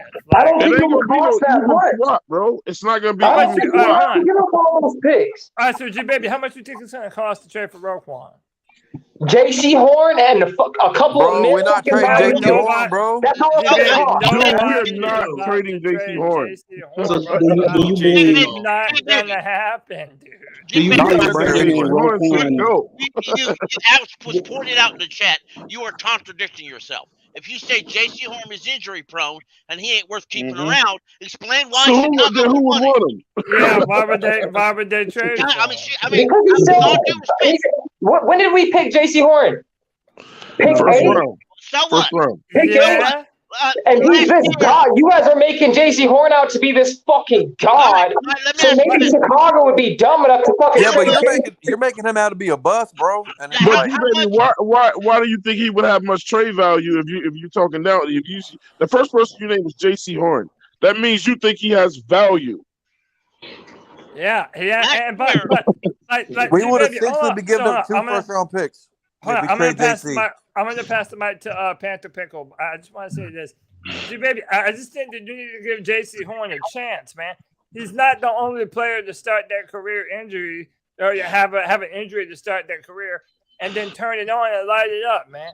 Like, he better fucking play this year. He better fucking play this year. All right, but dude, I'm telling you, remember when he's shutting shit down this year. Remember, your guys are telling you that it happened, man. You better go buy his jersey. We saw him. Hold on. Everybody stop. I told Panther Pickle he could go next. Last year, we surrendered a third-round pick and a tight end for C.J. Henderson. The year before that, he was a top 15 pick. Matt Rhule loved him that year, but rumor was GM Marty Hurney wouldn't draft a corner that high. Now, that being said, he came in, J.C. Horn, C.J. Henderson, had injury issues. He was considered a guy who really didn't like football, but we gave up a third-round pick and a tight end, and he had been drafted less than the year before that.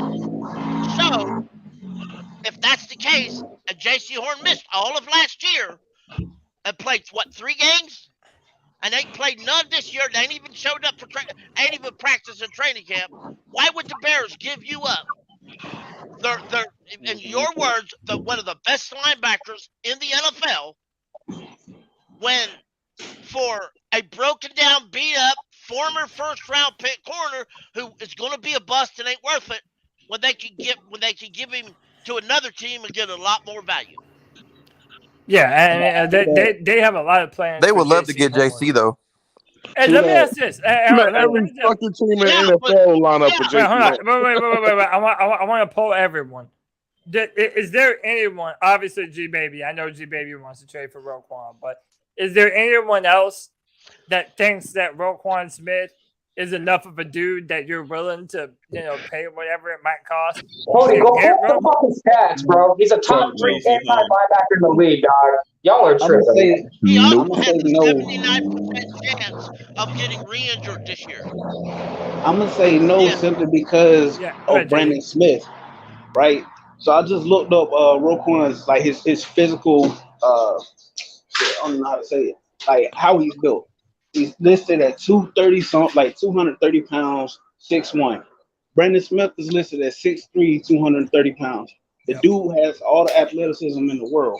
It's just a matter of him getting adjusted to the NFL game. So for all exactly, he has to adjust to the NFL game, bro. He hasn't even played a fucking snap in the NFL, bro.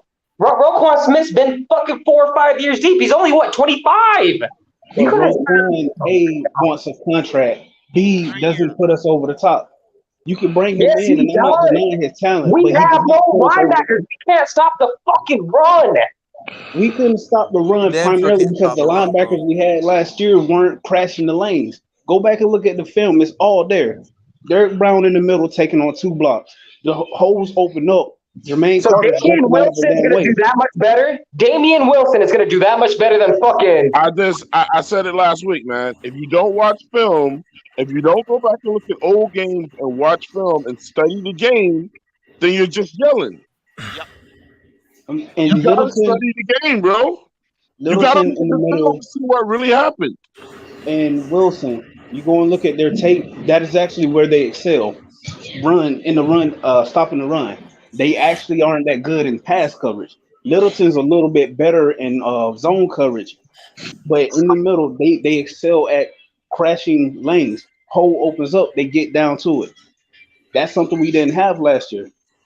So yeah, hey, well, no, go ahead, Jay. I didn't interrupt. Go ahead. Oh no, I just want to say that the inclusion of the linebackers we brought in and the talent that we have in the secondary.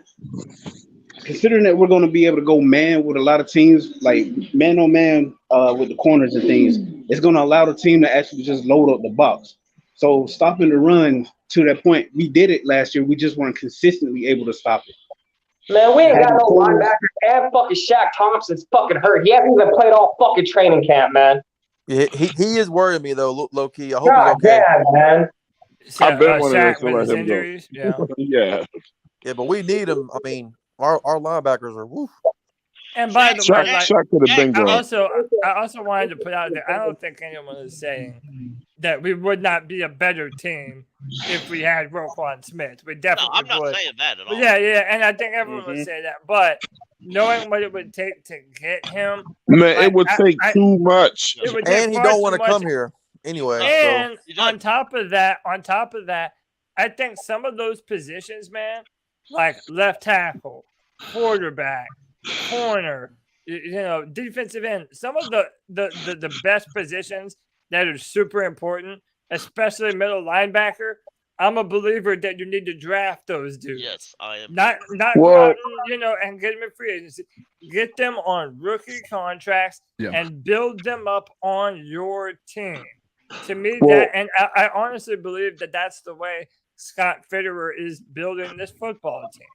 Well, we had a Pro Bowl go ahead. linebacker on our team exactly. that stopped the run that our pissy ass coach got rid of. Yeah, he don't want no pushback. You know that. Yeah. Hey, hold on. Before we go G forward, baby, when you think that, we had a Pro Bowl linebacker on our team that our coach, his ego wouldn't allow him to stay on the team, so he sent him to Oakland. Twan, I'm not going to fight you on that one this week, man, because I disagree with you. I've said my piece on him quite a few times. Dude. I agree with you, Nick. There's other issues besides that, man. Okay. Hey, man. He's still a Pro Bowl You medal don't let him linebacker. go. Hey, so CK was the one. It's like this, man. Can I say this one thing? Yeah, go ahead. Cody. Listen, guys. I love John to death. I love Pick with all y'all, man. So we don't do none of this. None of this is personal for us. But I'm telling you, man, check this out, yo. In football, it is a certain amount of diva shit in football. You're going to have to deal with the diva shit. Right. The thing is the person that you're dealing with, is he good? Is he fucking good? Can he make it happen on the field? Then you may have to deal with some of the bullshit if all the dude creates is wins. You cannot get rid of high-level talent because of some itty-bitty bullshit that y'all can't come to an agreement with. Imagine if the Giants got rid of Lawrence Taylor, bro. Hey, Twan, listen, bro. Hey, listen. This man got mad at the team for celebrating. The diva shit is going to be there, bro. He was mad at the team for celebrating, bro. Think about that. Yeah, he did that shit today. You remember last year when Davion Nixon caught 2 interceptions and took motherfuckers into the end zone? And he wasn't happy about it. He complained about that. He complained about it, bro. Yeah. So and, my I mean, thing it is like, seems man, like look. every year we got some type of contract. You already know that Rhule is always trying to fucking control the narrative, bro. And The Matt Rhule is motherfucking always brand. in the middle of it. Hey, hold on, Nick. Did you finish those stats that you were putting together? If you need a little more time, that's fine. I'll let you. I need like 5 more minutes, and then Okay, I'll be done. do your thing, man. Nick, what? Tell us again exactly what you're compiling. The preseason records of So I'm going all the way back to 2016. Okay, and I'm comparing every team's preseason record to the regular season record to see how it compares. Right now, it's looking like somewhere right around a quarter of the teams match up with what they did in the preseason as compared to what they do in the regular season. Really? So I'm trying to go through it right now. I'm working on the last little details. I'm trying to figure out, which teams did That better, makes that sense, sort man. of deal. Yeah. I mean, the Ravens haven't lost one in forever, right? Nothing's going to be set in stone until tomorrow. Yeah, Ravens haven't lost a preseason game since at least 2016. Like 21 straight or some shit. It's I call him ridiculous. Stat Man Nick. That's crazy. Crazy. So keep on compiling. Hold on, keep on compiling those stats. CK, you got some Man news, Nick. right? There was a quarterback that got injured, huh? Yeah, Hey, Zach Cody. Wilson. Yeah, it I'm gonna seems like step away, Cody. I'll be right back. All right, no problem. Yeah, it looks like Zach Williams Wilson Wait, had who? a Who? non-contact. Zach Wilson. Zach Wilson? Yeah, he had a Non-contact knee non-contact knee injury. Oh my god. Yeah, I would play it, but I know damn well we'll get Is it Joe Flacco season? He was able to stand up and kind of limp off the field. Hey, somebody put, does that mean we can trade Sam Darnold back to the Jets Fucking, Drake London got hurt with the knee too from Atlanta. Yeah. First round draft pick. Hey, that's Cody. another thing, man. I don't care if you're Christian, Buddhist, Muslim, atheist, whatever. Everybody needs to say a little prayer or to the universe or whatever you believe in that everybody stays good and healthy tomorrow and that nobody gets hurt and that everybody's going to be able to continue to play and not have to worry Don't about even say anything else, Cody. Right? Y'all know the Jets. Y'all know the Jets are needing a good quality backup quarterback. Somebody that's used to living in New York, somebody that's previously lived in New York.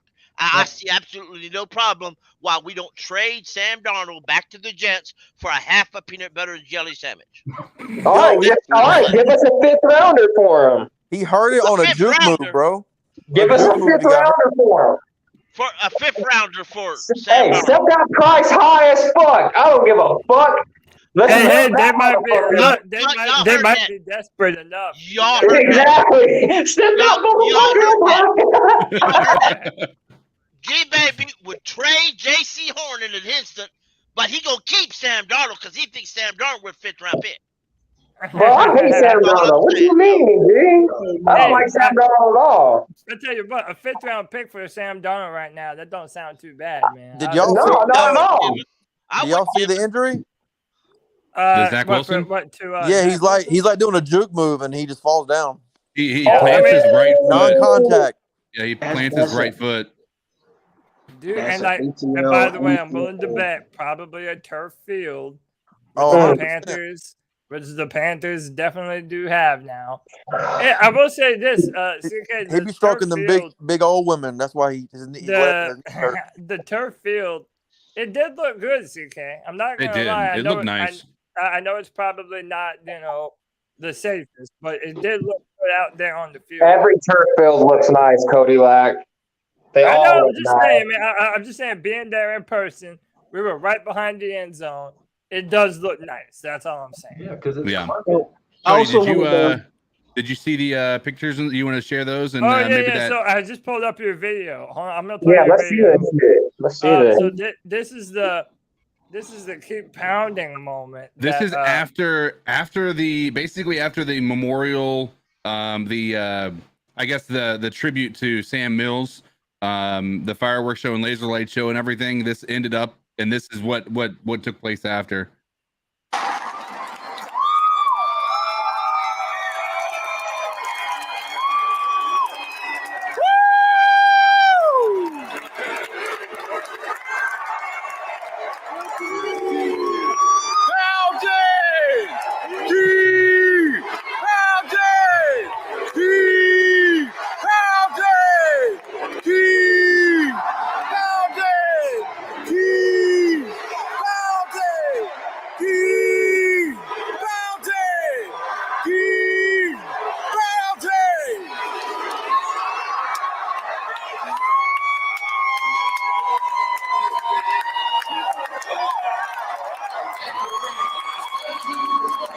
Yeah, that's literally how they close the show, man. And to be there in person when they did it, they played the tribute song for Sam Mills, him going into the Hall of Fame, and it really did give you goosebumps, man. It was incredible, and that was a great video, CK. Y'all got some incredible footage. You can share some of those pictures if you want to. Oh yeah, I can bring those up too.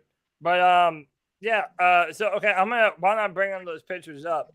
Oh my gracious! I want to change the topic. Trey Lance playing. I just watched the clip. I know there's a bunch of football games. I'm like half-heartedly keeping track of all of I them. just watched the clip where Zach Wilson got hurt. He hurt himself. Oh yeah. Well, I was gonna say non-contact. Yeah. This dude's been watching Cam Newton too much. He just is. I mean, Yeah, and he's not a very big dude either. No. He's not the type of dude that you want. No. Yeah, like last year, I thought Brown and YGM had fucking killed him, man, when they sacked him. Yeah. So I'm gonna bring up some pictures here, but before we do, I want to change the subject. Going into tomorrow, I want to talk about this preseason game. I'm gonna jump around to everyone here. I want to know some of the things that you're looking for. What are the battles that you're interested in seeing? And most importantly, are you expecting Matt Corral to ball out tomorrow? And are we going to be sharing clips of Matt Corral for the next week or so, potentially doing some big things in the preseason? I don't think so, unfortunately. Oh, talk about that, man. Talk about that. I problem, I loved his release, and like in the actual, like, watching him at practice, like there's no better throwing motion that I think I've seen. Like, and that's somebody who's not coming from a trained eye.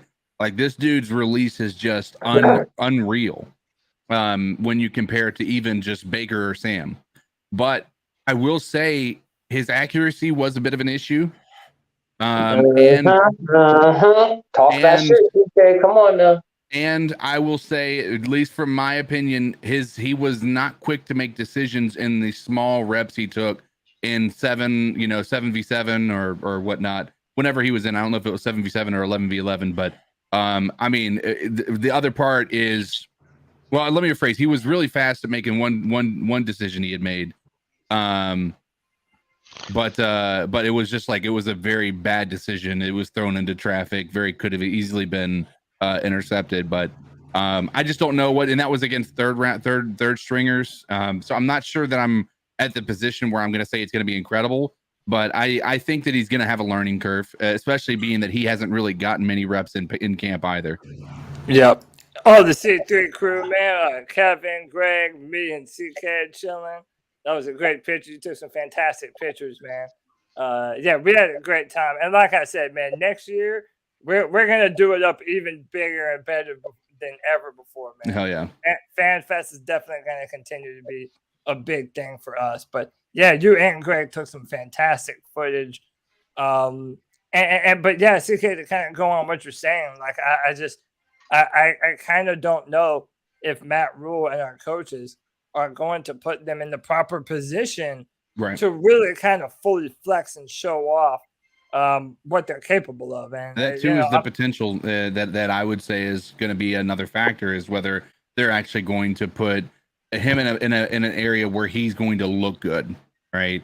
Or are they just going to not ask him to do much, right? That's the other thing about it. He is going to be, we got to keep in mind, take it with a grain of salt, he is going to be playing with the 3s and the 4s, right? He's not going to be coming in there with first team reps or anything like that. And the reality is, last year, even with the PJ and Will battle that was going on, it was the people who looked the best were the people with the 2s. Like when they went and played with the 3s, both of them looked like garbage.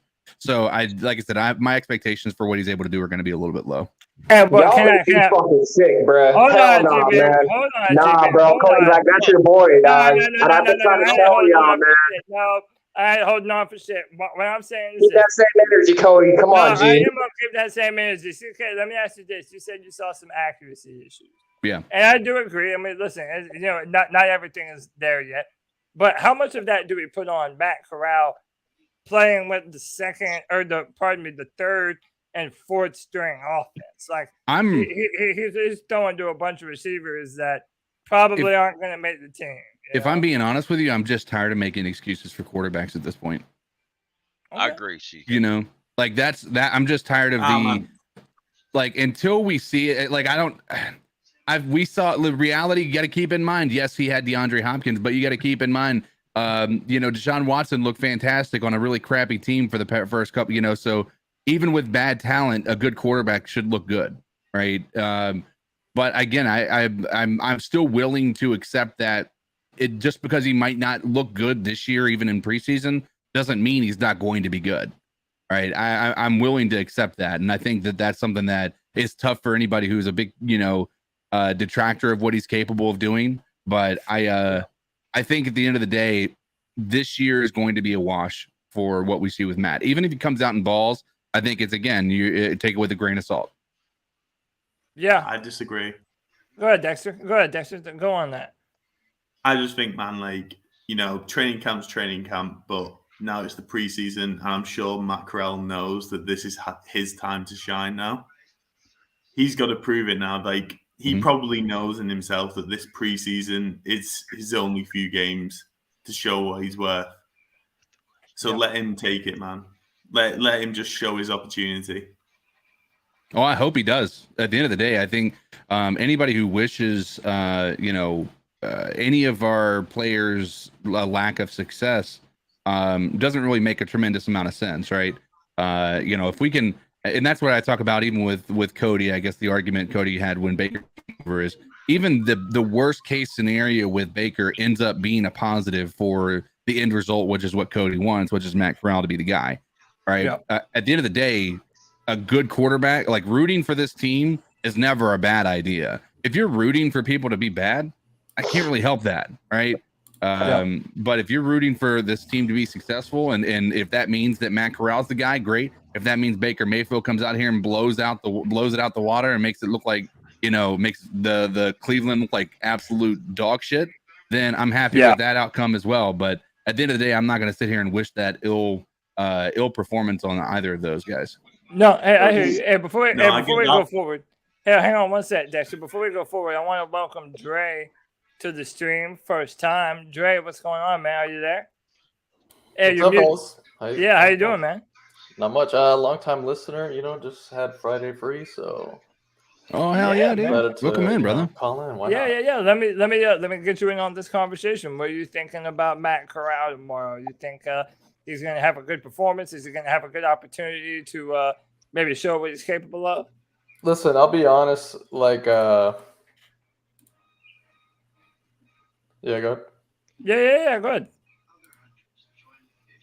Oh, sorry, I had the double stream. Yeah. Okay, you're good. No, so with Matt Corral, listen, I'll be honest. I think this kid is talented. I wouldn't say his arm talent is super elite, but he's definitely great, a great arm talent. But I think he'll take at least a year to develop. I want to sit here, and I've watched every Matt Corral game. I've seen it. I know, the RPO offense, all that. He needs a solid year for me to transition from that Lane Kiffin offense to a pro, reading the entire field instead of just reading a tight end against a linebacker, which was a lot of the throws that he was doing Lane Kiffin. But I'm a believer in his arm. If you watch him and Aaron Rodgers, they have super tight, fast throwing arm motions. And Rodgers took 4 years sitting behind to really learn his throwing motion. And he even said it in the press conference when he was talking Matt Corral did, that his throwing motion isn't there yet. And when you watch him play, I'm sure you guys know, he's super tight. That's why he's so good at throwing real fast balls. But when it comes to going deep, he needs to learn to unwind a little bit and open up. But when he goes deep, he'll be real tight and he'll still try to throw deep, which that's not going to work in terms of the NFL. In college, you might get away with it, but NFL safeties are too good to just lob it up. So, okay, let me ask you this. Are you of the opinion that Baker Mayfield being here is actually a good thing for Matt Corral? Do you feel like maybe Baker actually is a good bridge to Matt Corral that would actually give him some time to, kind of better that throwing motion like you're talking about? I mean, I don't know. They're really different players. I think Corral's ceiling is definitely higher than Baker's, but I mean, he definitely 100% benefits from sitting for a year. And Sam Darnold is not that guy to teach him anything, right? I was worried he would pick up on Sam. Neither is Baker. I mean, Baker's better at least. Baker's more. Baker's had success in the NFL. He's more aggressive. He's trying to take the top off. He's trying to, he's always trying to win. Well, Sam Darnold's just a very passive dude. I mean, I'm not saying Baker's a perfect option. Obviously, no other team wanted. I agree. But he's better than what we got. And I was a little salty for a while. I was like, man, why did we pick up Baker another mediocre year? Should we, tank for, I don't know, some generational talent, some bullshit like that? But, like, I hate being that type of fan. So at the end of the day, if my GM and my coach are pushing to the next season the best they can, our defense is nasty. We have McCaffrey. We have a sick offense. And I think Baker can pull it off with a sick offense. Like, I honestly think this is the best receiving, core he's had. If you include McCaffrey and DJ by far. So I think Panther fans, and I've watched a lot of Baker, I think Panther fans are going to love Baker because he's the polar opposite of what he had since 2017. He goes deep. He's not a Teddy Bridgewater. He will go deep first. That will be his problem because he does not check it down. We're used to check down quarterback. Yeah. He likes to bomb it deep, and we're going to fall in love with that because we have not seen it in 3 years. Watch. Midseason, we're going to see 2 deep passes. We're going to be like, oh, my God. He's the chosen. I hope so, man. I'm glad that we have fans that are optimistic about Baker, and I see why people like him. I also think he has a bit of a tendency to be too aggressive. I feel like when he was with the Browns, he was a bad decision maker a lot of the time. Maybe not all the time, but again, like I've said all the way across the board, if Baker balls out, I'm not going to be an old curmudgeon and not give him his props. If he earns it, we're going to give him all the credit that he deserves for doing so. Real quick, I want to add some more people, but I'm already at 10. I can back up. Yeah, Cody, I can come out too, man. Well, yeah, I mean, I only need to add one more person, so I only need to make one more spot. I'm gonna jump out, Cody. I'll see y'all hopefully tomorrow, or do you know that yet? Or yeah, CK, I think we are trying to do something tomorrow, correct? Yeah, I think that's the game plan. I don't know what the game starts at 1. I'm looking. Yeah. It's either going to be a post game. It's probably going to be a post game show. Yeah, it's got to be a post game. I don't think that anybody wants to stop watching the game or watch the game without listening to us without listening to the broadcast. And plus, everybody has it. Everyone's at a different part. You know, like my stream might be ahead of yours or whatever, vice versa. So yeah, but we're gonna do a show tomorrow after the game. So all right, guys, have a good weekend, man. All right, later, J Stubbs. Appreciate you, man. Listen, I need to add this next man to the stream. Hey, man, he makes sure that everybody likes and subscribes to the C3 Panthers podcast. Where's C-Dog at, man? We love this dude, man. This C-Dog. Bring my motherfucking boys in here, dog. What's going on with y'all boys, man? What's going on, man? We've been waiting for you to join, man. Hey, talk some sense to these motherfuckers, see? Come on, dog. Hey, G baby, real quick, man. The first thing I'm gonna say, man, when you come in this goddamn room, make sure you wipe your feet off on the motherfucking like button. Make sure you goddamn subscribe. You know what I'm saying? They do this shit every Tuesday, every Friday. But real quick though, that's right. I think what we got going on with this quarterback situation is a fucking joke because I mean we still have PJ Walker on the team. We still have Sam Darnold. So you telling me we're gonna sit Sam Darnold on the bench for 18-19 million?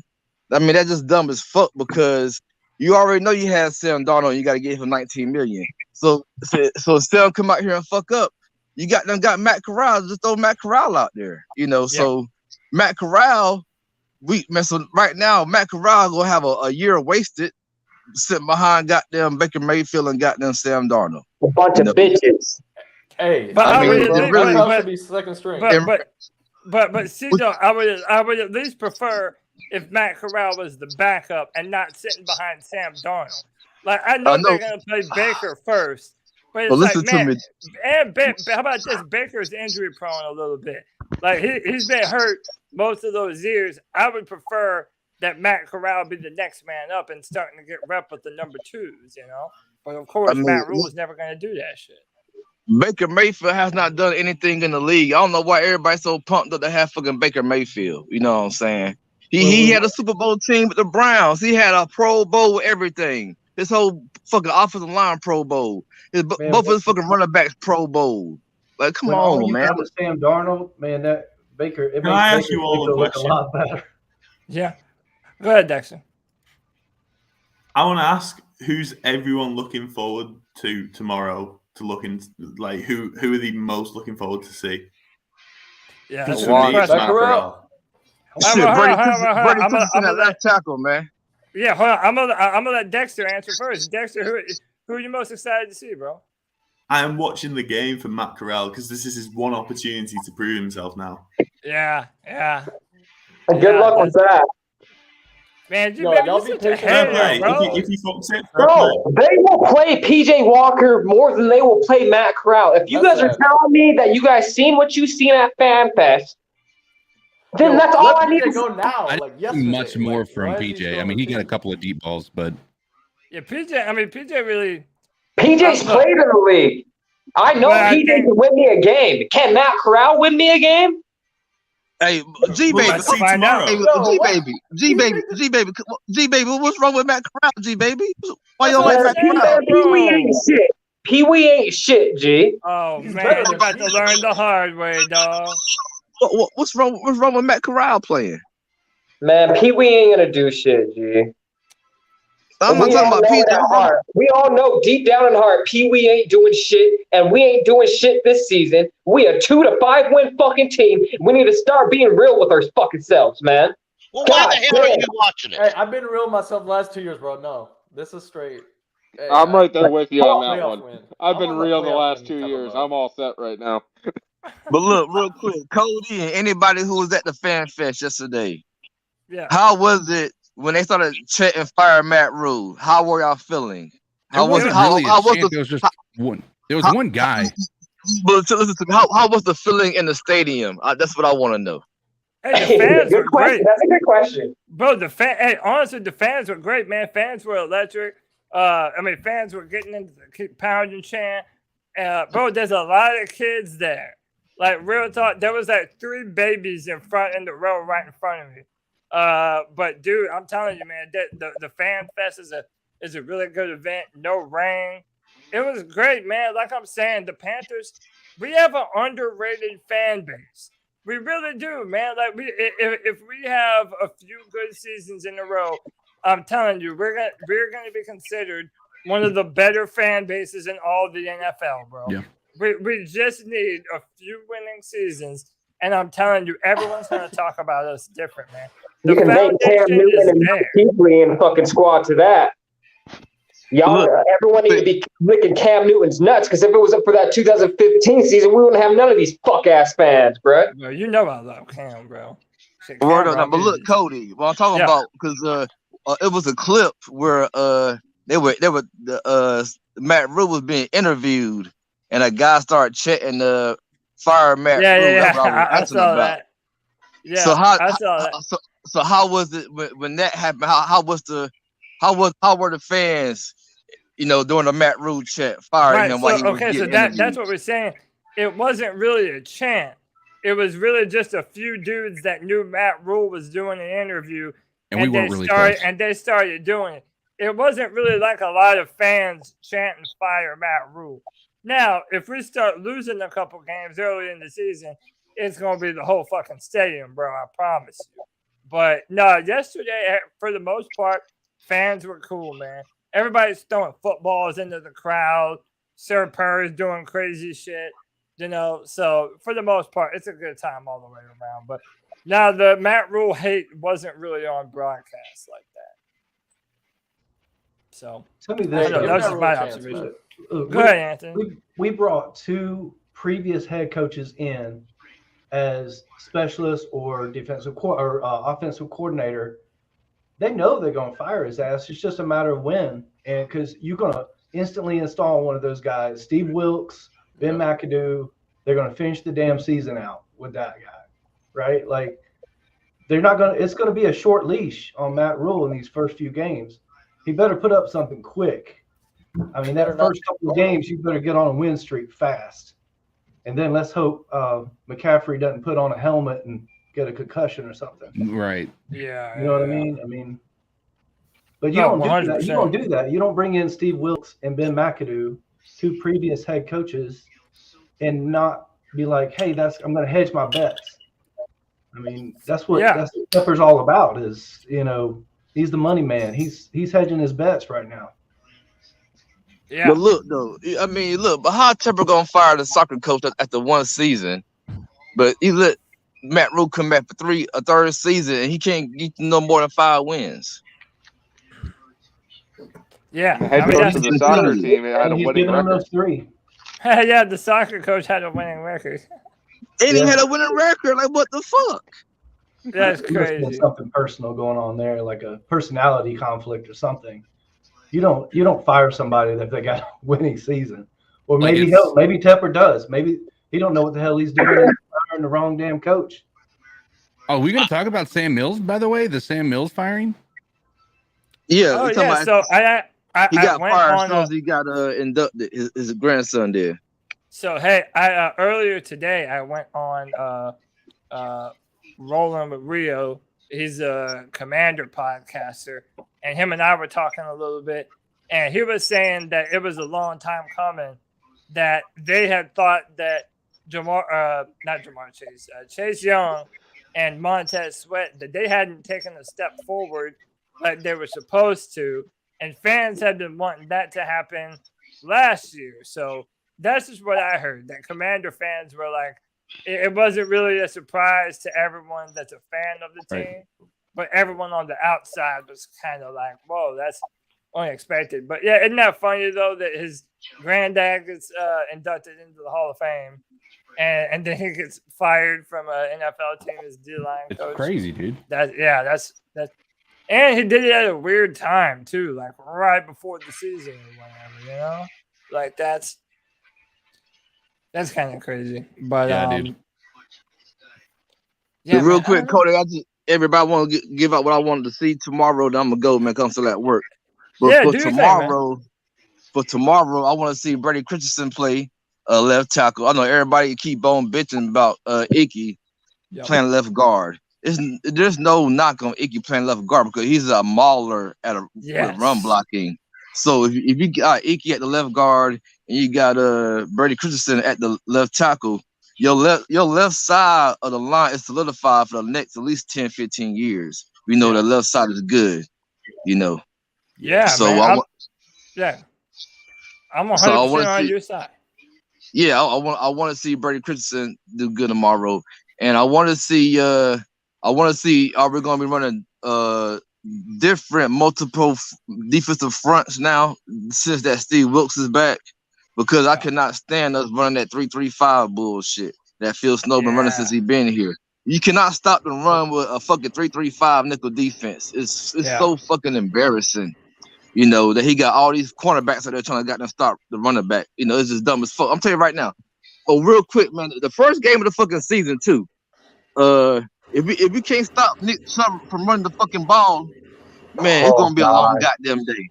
I'm telling you right now. If we can't stop Nick Chubb and Kareem Hunt, it's gonna be a long goddamn day. Now back to the first preseason game. I want to see the left tackle. Then I want to see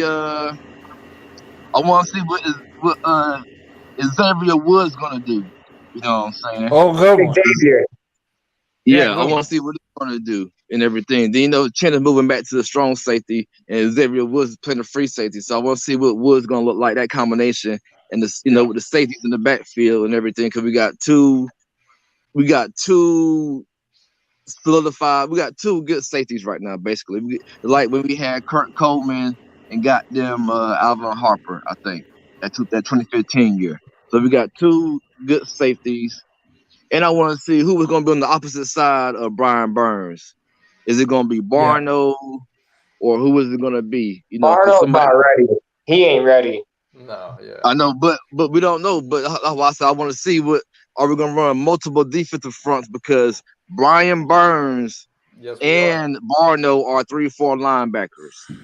So hopefully Phil Snow, with the help of Steve Wilkes, put these guys in position to make fucking plays this season.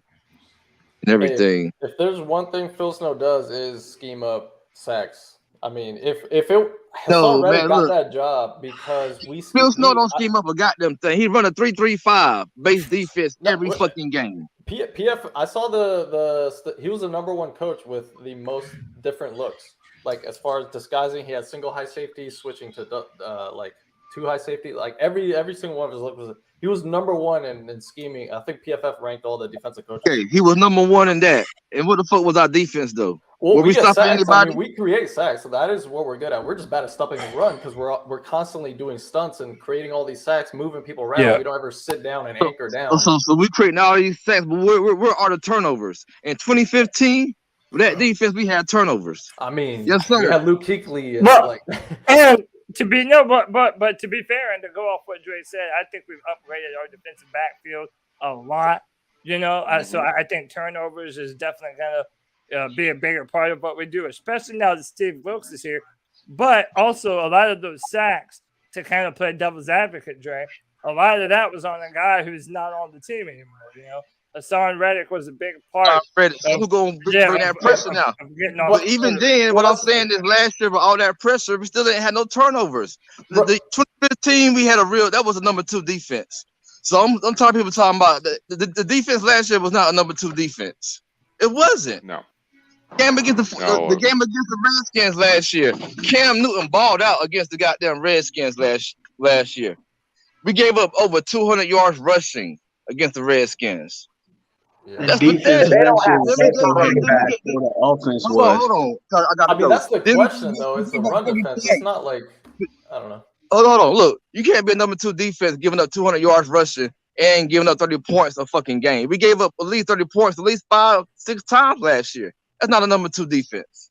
So stop talking about the defense. Number 2. True, but like you have to realize Sam Darnold was, I think for the first 3 games he had 2 fumbles in the red zone. And look, game. okay, my dude. After the first 3 games, Like, what the fuck the defense do then? What happened Hold on, then? let him finish. Go ahead. Like we talk about Sam Darnold's picks, bro. Like the first 3 games he fumbled twice. Like every game he fumbled at least twice. I forget how many fumbles he ended up with. Like 6. We were basically the number 1 team turning over the ball in the red. Like we were for our defense to be ranked that high period, like it's actually a miracle. And I agree, we're not a top 2 defense last year, but like we had one of the worst. We put our defense in one of the worst situations. So I don't want to like bag on the defense too much from last year. I think we will improve this year. The problem is the run defense. I don't really care about turnovers because a lot of times people just dink and dang. You don't care about turnovers. The ball on us. We got Man, good pressure secondary. creates turnovers. I mean, yeah, but like. A lot of things are going to quick. I'm just gonna say one thing. Yeah, go ahead. 2015, the 2015 defense. Can we all admit that was a real defense? That defense was better than the defense Phil Snow ever had since he's been here. We went to the Super Bowl, but we're talking about 2022. Like, then. We need a better defense. Phil Snow is trash. That's what I'm saying. He's fucking trash. All right. He gave me some bullshit stat about him having. Just because he had multiple people out there don't mean he's a good coordinator. Nobody got them calling to give him a job besides us. All right. Hear me out on this one. Okay? Everybody have a great night, man. Keep up the good work. Make sure you get that subscribe, man. Appreciate you, C-Dog. I'm more positive this year. I don't give a fuck. See, here's the thing, okay, that he isn't talking about. Our defense couldn't get off the field, okay?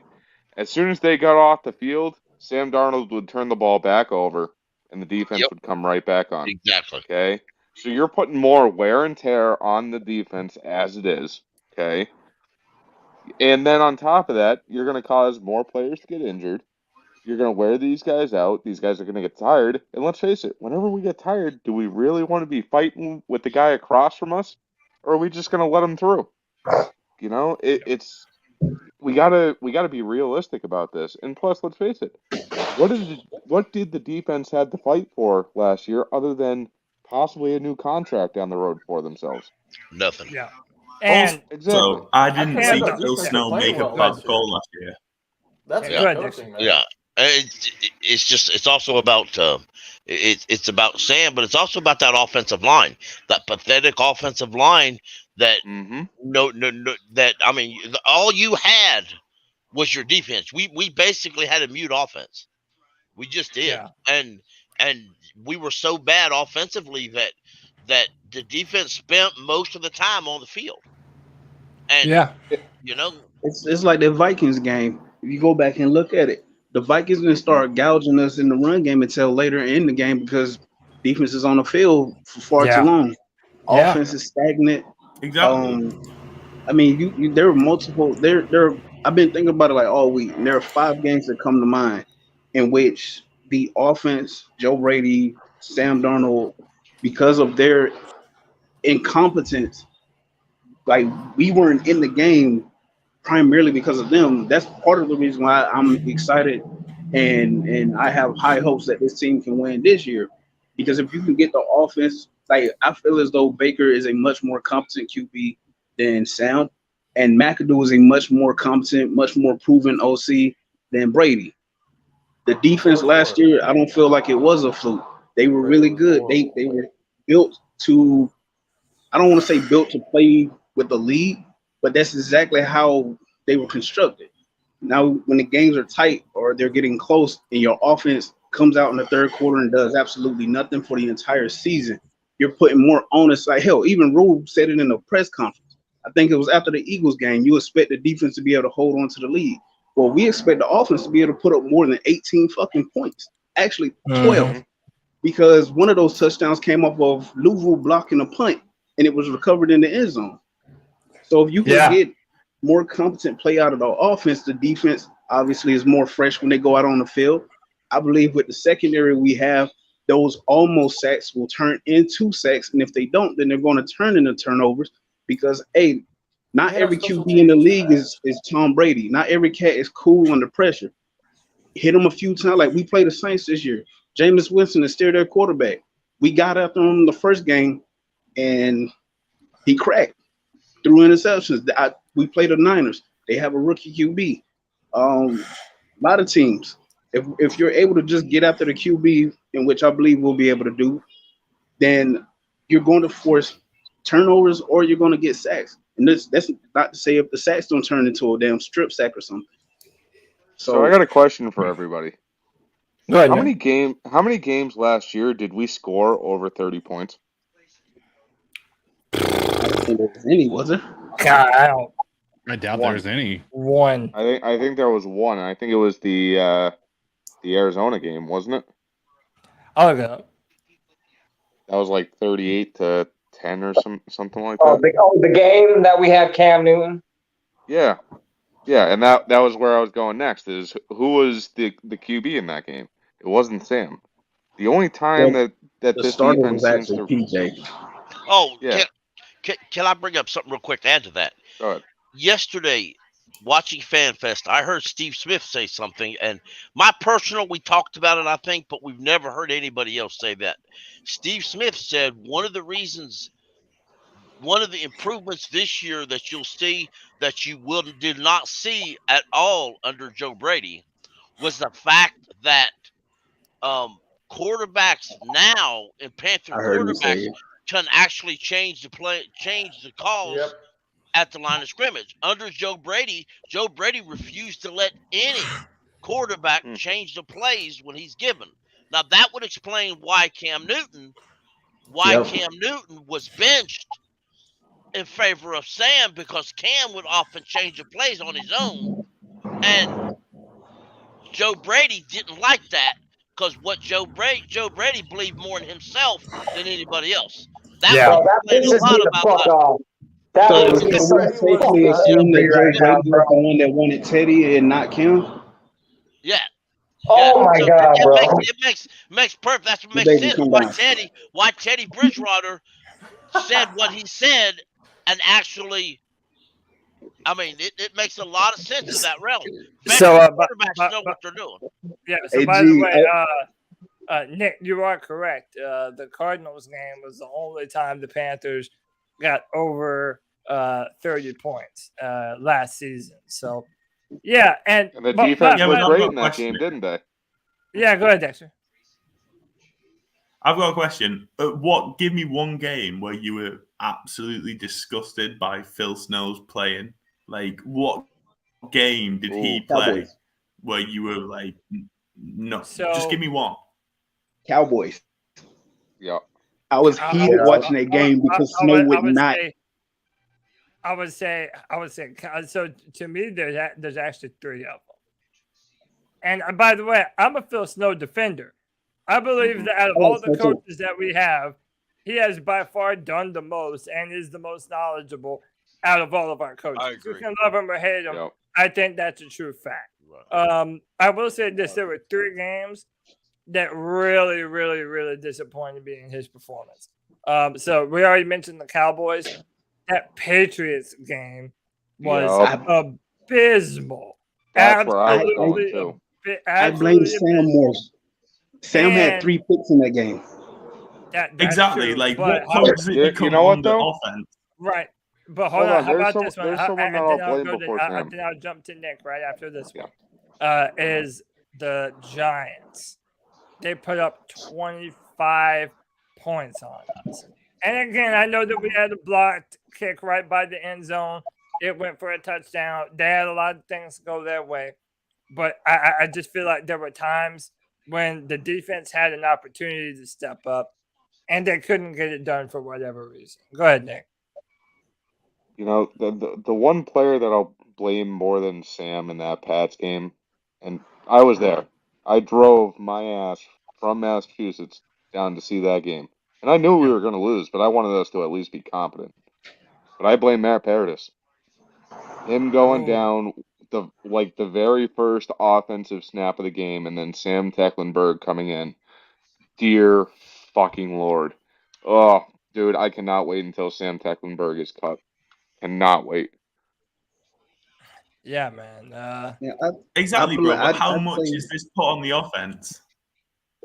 So for me, I say the Dallas game is the one that was the worst because throughout that game, Snow, and I understand like they had Amari Cooper, CeeDee Lamb, and I understand him wanting to show respect to their passing game. But the Cowboys, for as far back as I can remember, they've always wanted to run the ball. Like everybody talks about what Dak can do, and they want to run the ball. And that's exactly what they did in that game. They were going out there in 2 tight end sets. 3 tight end sets, man. And we were still running a fuck-ass 3-3-5. Yep. No, I'm looking at the defense, and it's a nickel set. It's a dime set. And like they're telegraphing what they want to do. Just go to a 4-3 for the love of all. To Snow's credit, this is part of the reason why I'm a huge Snow fan. He mentioned it a couple of times this past all season, how that Dallas game is something that bothered him. So even he's aware that, okay, I can't get too cute with what I'm doing. Like, yeah, we have a lot of talent on the defense, but sometimes you just got to go back to the basics.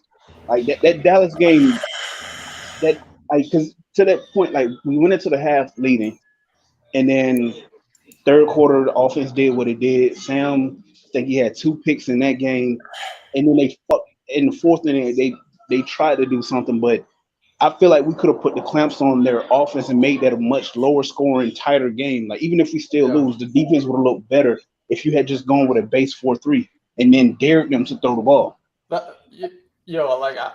have the same thoughts, but like when you look at our roster, we don't have a roster for a 4-3, and that's a big weakness. We don't have like the Eagles have a really good 4-3, right? Because each of the Eagles D line is a massive man who can just move 2 people. We don't have that. We have our game is more about speed. Like we're just trying to create stunts and come off the edge, and you have a Hassan Reddick like outside linebacker edge type, or whoever just screaming Frankie Luvu screaming off the side and get sacks like that. We're trying to create lanes.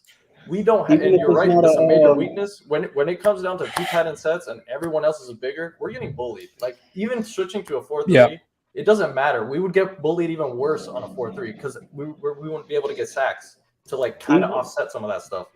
Even if we don't have the personnel, even if we don't have the personnel to go to a true 4-3, a 3-4 can stop the run too. It's about getting bodies in the box. Right. If I'm not mistaken, that was also the first week in which Horn was down. We had acquired CJ Henderson, but he had just got to the team. So CJ plays soft, man. I love CJ. He's athletic as hell, but like last year, and I hope he changes this year. But last year, he was great, bro. He could cover, but like he would not tackle, man. Like he just would not get in the box. He had a shoulder injury apparently, so yeah, I did learn about that. So I'm gonna give him that last year a break because last year he was probably the softest corner in the entire NFL. Yeah. Kenneth, hold that thought. I'm gonna go right to you. Anthony has to leave. I wanted to thank Anthony for being on the show, for being a part of the Friday Free for All. Anthony, thank you so much for joining us. Do you have any last words you want to give us before you jump off for the night? I mean, as always, keep pounding, guys. But it was nice to be on with you guys for the very first time. I've been in the chat for like months. The whole last season, I've been in the chat listening to you boys talk football. I thought I'd come on for one Friday night and get in on this shit. So, Heck yeah, next time just bring that guitar out and play us a song, man. that's right. What you guys don't see is all this shit over here, man. Oh yeah. Oh, yeah. Rock out. Baby. Play a theme song. I like that. Anthony, that. I've got a together, question, bro. But Anthony, hey, don't be a stranger, man. Definitely look forward to seeing you in the future, dude. Yeah, man, we'll hop on. Give us a another score night, prediction Friday for night. tomorrow. Yeah. Give us a score prediction before you go. Tomorrow. Oh God, man, it's gonna be an awful game, right? Like you're not gonna see a whole lot of the ones. It's gonna be trash football, guys, but it's gonna be fun, you know. Yeah. So I'm gonna say probably 2014 Panthers over the Commanders. All right. We gotta give Ron his due because he came back here last year. Was it last year? And beat us in our house? Mm-hmm. Last year or the year before? We got to give him his due, man. And I mean, we got him before the year before. Oh yeah, that's right. That's right. So I want to see their uniforms too, man. This will be the first time that they played on a field with those big W's on the side of the damn helmet. Yeah, that's right. Like a college team or something. I don't know, but yeah. So, Like I said, all I right, talked to guys. a Commander fan today. He said he likes the outfits, but yeah, but it remains to be seen. But hey, I Peace, appreciate brother. you, Anthony. Thanks for joining us, man. And we'll be seeing you again soon, bro. All right, see you guys. All right, later, man. All right, Kenneth, I'm a yeah. man of my word. Going right back to you. What's up? Wonderful. You know what? CJ Horn mentioned yesterday because the reporter asked him, and he said that his dad, Joe Horn, and Steve Smith ragged him to death over the offseason over his tackling. Oh yeah. Over what? Saying Henderson or Over Horn? his tackling. Oh, So he said, just so he don't go home and have to hear it and hear it from Steve Smith, he's going to be a lot better on his tackling this year, which that's good. He was actually a great tackler, to be honest. Yeah. So, but I like the fact that the older folks are stepping in. And oh, by the way, I like seeing KK at that. I don't know if y'all saw KK was there and Boston was there, and it was nice. Oh, cool. Yeah. There's a picture somewhere of them all there. In the fans section, no less. Something I wanted to bring up. Dexter, you wanted to know about ratings. To my opinion, last year, the defense caused, the offense caused, to me, 40% of the issue. Special teams actually caused. Exactly. I'd give 10%, at least 10, at least Bro, 10. the Eagles game, like we literally lost because of that punt. Exactly, at least 10.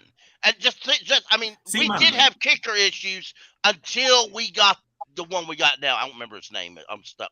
But Zane. till we got Zane, we had kicker issues. Remember how many times? Remember Joey went everywhere, got cut, went to Washington, got cut, went to Texas. Anyway, and so but. And to me, that's what I'm saying. I think we won a lot of I think we won our games. We won primarily because of our defense. But after a while, people figured Sam out real quick. Our special team sucked, and the defense just got tired. I mean, if you play Madden 22, imagine taking the stamina rating and maxing it out, and then playing everybody. In my opinion, And instead of offense, just purposely lose every offensive snap you have, then you'll realize what we were last year. No matter how good of a defense you have. Yeah, and I know people hype on Riddick, but in my opinion, Riddick got his sacks because of Phil Snow's defensive scheme. Preach. And when Riddick went to the Eagles this year, they purposely started adding in schemes to get him sacks because he was a free agent contract guy. So it ain't necessarily Riddick's so good. The scheme played to Riddick's advantage. I didn't necessarily think that until I started chatting with some Eagle fans who said that they've literally changed a lot of their schemes around just to get Riddick open. Yeah. Yeah, and there And, was like, a you lot of can't- scheming for players. Go ahead, Dexter. You can't evaluate the defense last year. Like, the offense let the defense down so much last year that it's unfair to. It's just unfair. Like, the defense did so well last year, and they would have done so much better if the offense wouldn't have let them down so much. And I know people don't want to hear that, but come on, man. Like, But at the same time, I think there's an argument to be had. Over so many picks. I think there's an argument to be had that the defense was given inflated numbers because of the fact that the offense was inept. Thank you, fucking CK. Thank you, bro. Right. I mean, and on the surface, I know that doesn't make like a lot of sense when you just say it, that just blanket statement like that. But when you look at it as a whole, you look at the fact that, let's be real, we were going 3 and out, and then that means the defense didn't have that. Like our offense didn't give our defense very great field position. Right. So the defense wasn't very good in the red zone. We were, if you look at it, yards are our biggest thing, right? Yards were our biggest problem, or were our biggest asset. Well, when we were like 20 points down, there's no need for these teams to just blow us out of the water with more points. So they would just start being super conservative. And so I remember during the season, that was a big part of our conversations, was how much of this is the defense being just incredible, and how much of it is the offense just not being good enough to where the defense like doesn't have to worry about accounting for explosive plays because the other team stopped putting the foot on the gas. Not to mention the third quarter woes, man. Do you guys not forget how bad the offense was every fucking third quarter? Yeah. We remember. That's what I'm saying, man. So you can't judge the defense on that. That's the reason why I feel like there's room to be optimistic, because we lost Reddick, but I feel very comfortable and confident that Louvu and primarily I really want to see YGM step it up and be a starter, be consistent, stay healthy. But when you look at the offensive side of the ball, like I said, bringing in a guy who's had success in McAdoo, bringing in a quarterback who's had success in Baker, like those. I had the thought that all we need Baker to, like, there are 2 types of QBs and they fall within certain spectrums. Some QBs like Cam Newton, they're elevators. If they're on your team, they're going to bring guys up. Like, you look at Cam with New England, that one year he was with them, that team had no business going 7-9, but because they had Cam, they went 7-9 without the chance to actually win more games. You have some guys in the league that are elevators. You have some guys in the leagues that are stabilizers. I see Baker as a stabilizer. Yeah, exactly. He went to the Browns. That's he what I'm helped saying. stabilize Like, imagine that. how far this. That's all we Imagine need how far Baker this to team be. could have gone last year if the offense was even halfway better than they are now. Like, there's 5 games that the team would have won if Sam had been stable, had a level of play that was consistent, to where you don't worry so much about what he's going to do when the ball is snapped. I believe Baker can provide that, and just that level of stability is going to allow a lot of guys on the offense to do a lot more than what they've done in the past seasons. Yeah, hey, go ahead, Dre. Exactly. Cody, I sent you a link through your something through your Twitter if you get it though. Okay, all right, go ahead, Dre. I was just gonna say, like, man, like last year, literally our offensive coordinator got fired because it was that bad, right? Teddy Bridgewater, like, everybody got mad when he was like, we don't practice red zone defense, we don't do like half the reps we should for offense, we don't have any kind of moving sets, like we don't have hot routes, nothing. Teddy Bridgewater, people got mad at Teddy, and I'm like, yo, thank you, Teddy. Like, Teddy's trying to tell us the truth. He doesn't do that with every other team. And I watched like all 22. I have the NFL Game Pass I had it last year. I'm not fucking with you guys. Like, in the second quarter, we ran the same play, offensive play, like 3-4 times back to back, like slant sticks. But we had the most simple offense, and that's one thing that we mentioned in the past. I don't know who said it, but when McAdoo came here, and you hear all throughout camp, everyone's like, McAdoo's offense is really deep. McAdoo's offense, you really have to take a long time to learn, because he has hot routes, and it's like Madden, right? You just change the QB has his ability to change every route at the line of scrimmage if he wants to. That's why it's so complex, hard to learn. That's why I think Matt Corral will take a long time, because Matt Corral also has to learn like pass sets, how to shift the O-line. He didn't do any of that in Ole Miss.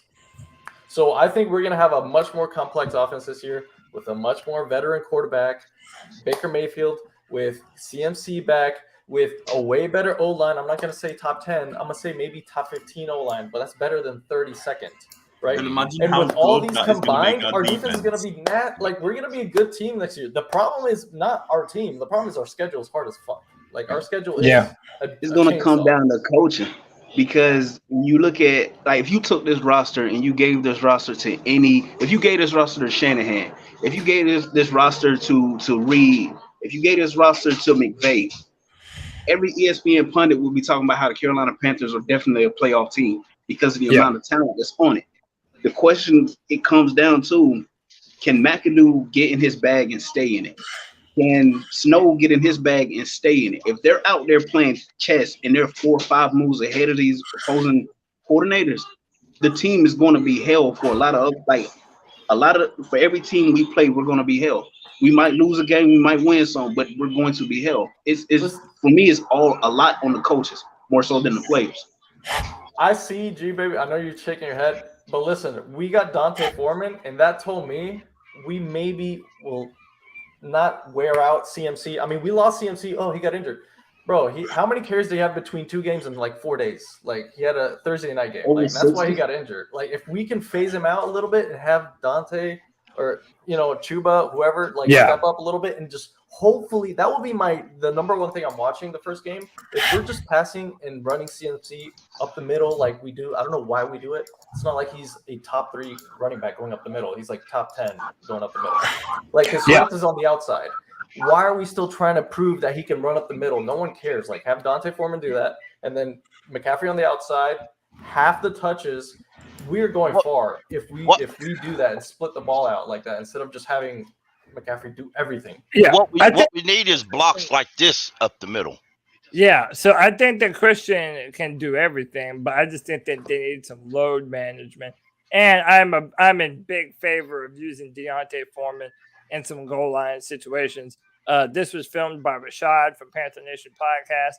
This is Deontay Brown and Kim Kwanu getting some drills in. And look, man, y'all know I'm a fanboy of Deontay Brown. I loved his college film. Me and JD called this man Blastoise. Like he's built like a war turtle. This dude's the man. I'm really hoping that at some point in time, like I know he's not going to be a starter this year. I'm just hoping that they don't cut him. This man has far too much potential. I think people make too much of a big deal out of him being a big fat guy. Like, dude, there are some big, athletic, freaky, strong, big guys that can move well. And I think Deontay Brown is one of those dudes, man. So, I'm hoping that he at least gets a chance to compete to be a backup. But and then I noticed people were putting in the comments under this, man, we need to put Icky at guard, Deontay at center, and just let them bulldoze shit right up the middle, and that would be perfect, man. But Pickle, is there a specific reason you wanted to show this clip?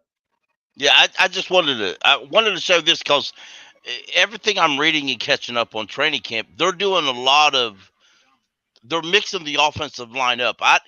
If we get a chance to do goal line, we may not even do it preseason. They may wait to regular season to do it. But don't be surprised if you see a lot of offensive linemen playing tight ends in goal line situations just to get more blocking and more push up the middle. Yeah. I'm 100% agree. Hey, Pickle, I've been on this. Yeah. I say put your big badasses up front. I don't think left guard is an inferior position to left tackle, especially in today's NFL. You need a pocket to be able to work from. You need to be able to run the football effectively.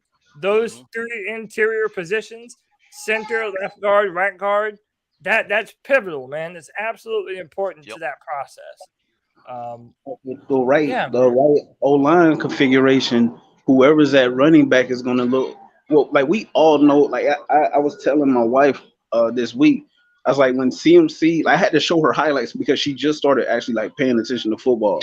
So I'm showing her highlights of what CMC's done in the past, and I'm like, when this dude is healthy, he's a fucking cheat. He's a human cheat code.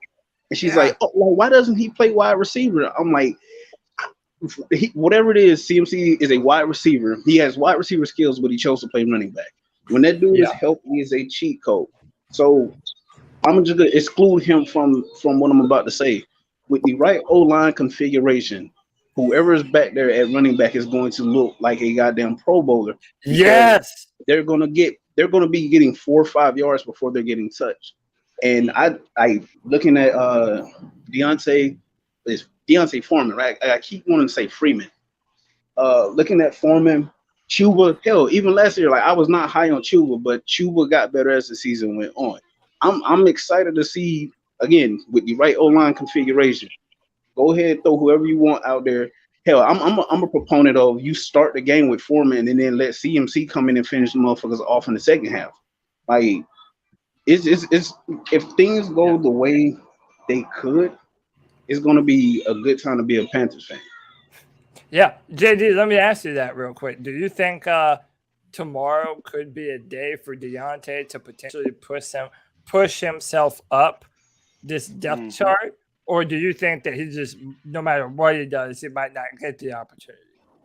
I believe so, because Rhule has stated on multiple occasions that he wants Deontay to get to a certain weight in order to play, and I don't see, like, that's one of the issues I have with Rhule. Sometimes you don't know more than what other people have shown you. Deontay didn't seem to have an issue playing at the weight he was playing at, unless he put on more weight. But he didn't seem to have an issue with playing at the weight he's at when he was at Alabama, to the tune of being he was part of one of the better O-lines in college football. Obviously, college is not NFL, but there's in the limited game film, the limited game time he got last year, he looked good, and I'm fairly certain it's not like he dropped 30 fucking pounds throughout the season. Like, he could be one of those guys who just has to play him, and he'll lose the weight that he loses, and he's going to play at the level he plays at regardless. For all the talk about Icky at left guard, I would absolutely be drooling to see Icky at left tackle with Deontay at left guard, and I just I have it in my head. I'm seeing Tommy as like an H back, and you have Icky and Blastoise on the left side. They just hike the ball, and CMC is going 20 fucking yards down the field, and at that point, you're not catching him. He's gone. Dude ain't got touched. And there's just a bunch of bodies on the fucking ground. Pancakes all over the place. I'm super pumped. I hope that Deontay is able to show out. Originally, I wanted Deontay to play right guard next to Moten and then put Christensen on the left side. I originally wanted to also put Christensen at left tackle, Deontay Brown at left guard. Now I'm just hoping that he can get in where he fits in. I just think he's too big and strong and mean to be sitting the bench for the Panthers. Nick, you were looking up some stats, but first you had a question for CK.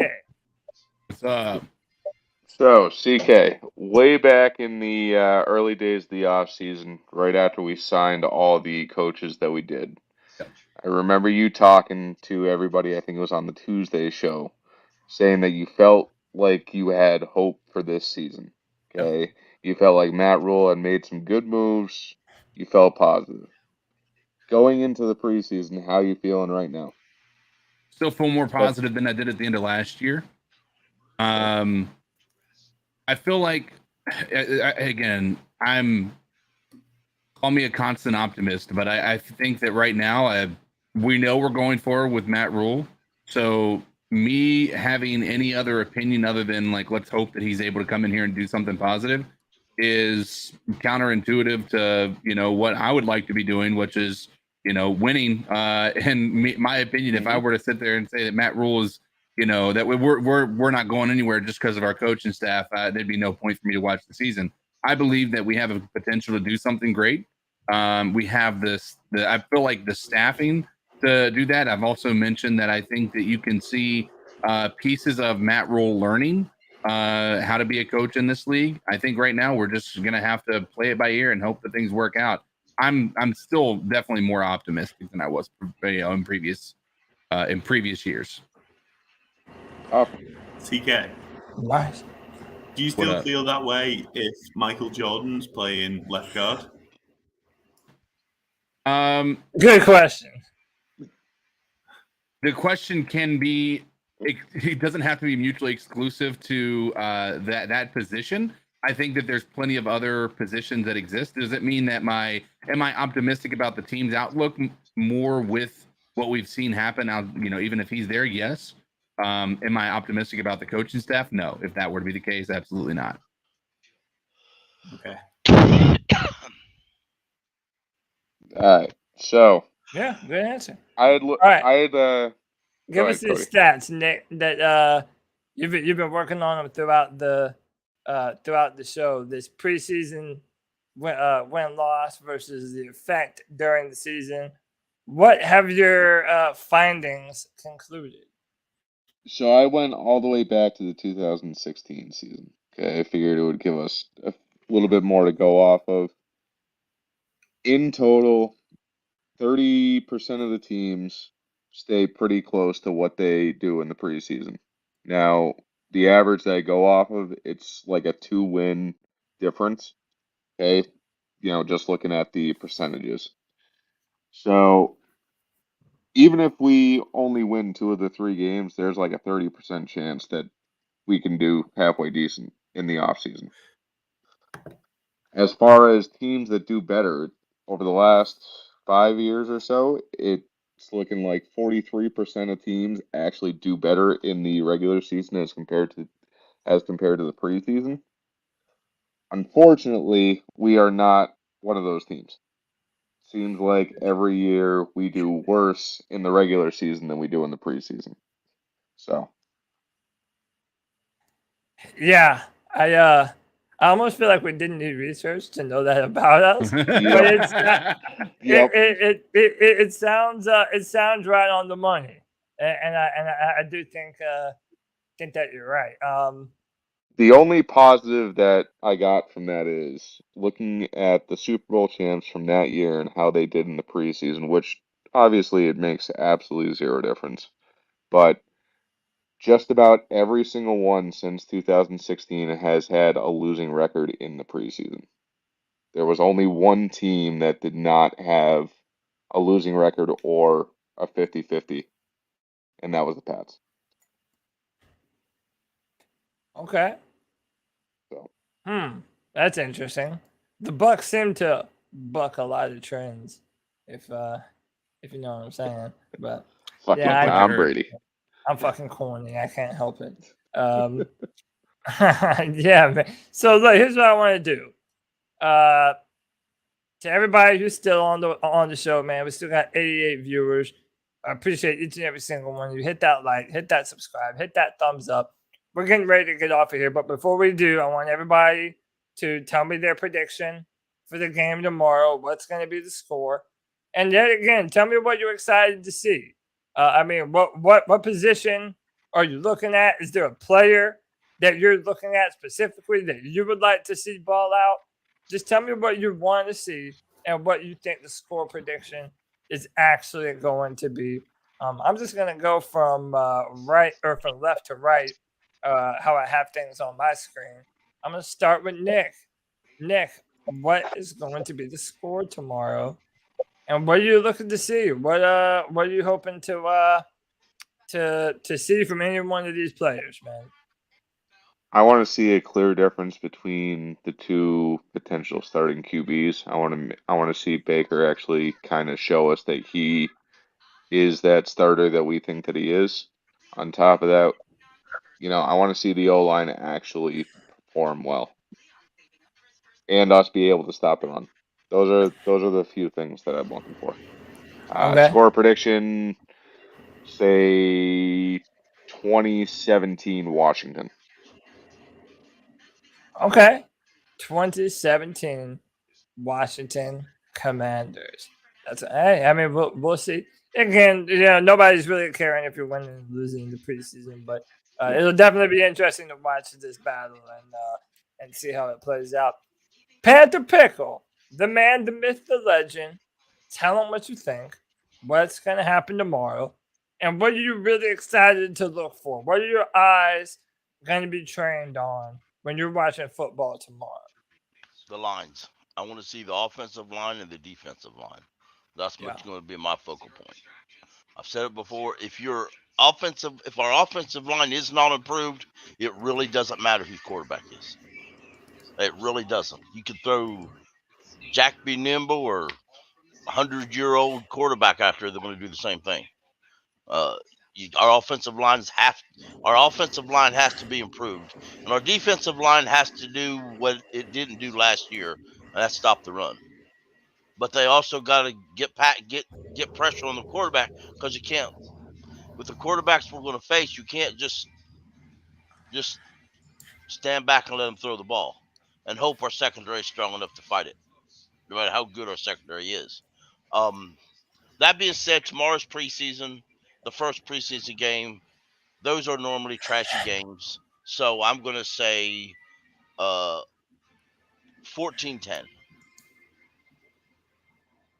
Panthers. Okay. 14-10 Panthers. All right, so low scoring. But I like that. And I'm 100% in agreement. My eyes are going to be keenly trained on that offensive line, man. Brady Christensen, Deontay Brown, a lot of those guys. This next man, he is an honorary member of the Four Horsemen of the C3 Apocalypse, taking over the podcasting world every Tuesday night at 9 p.m. CK, the voice that makes the moist. Tell them what you think about tomorrow, man. What are you feeling?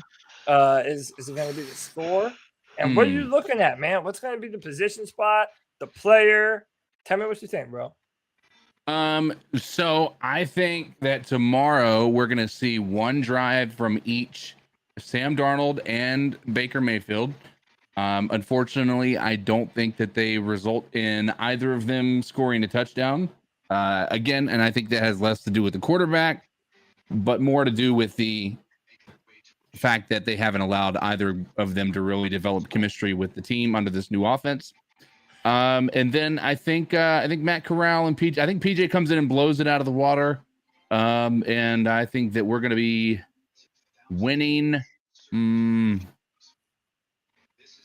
I think it's going to be 20-10 Panthers. Okay, 20-10 Panthers. I like that.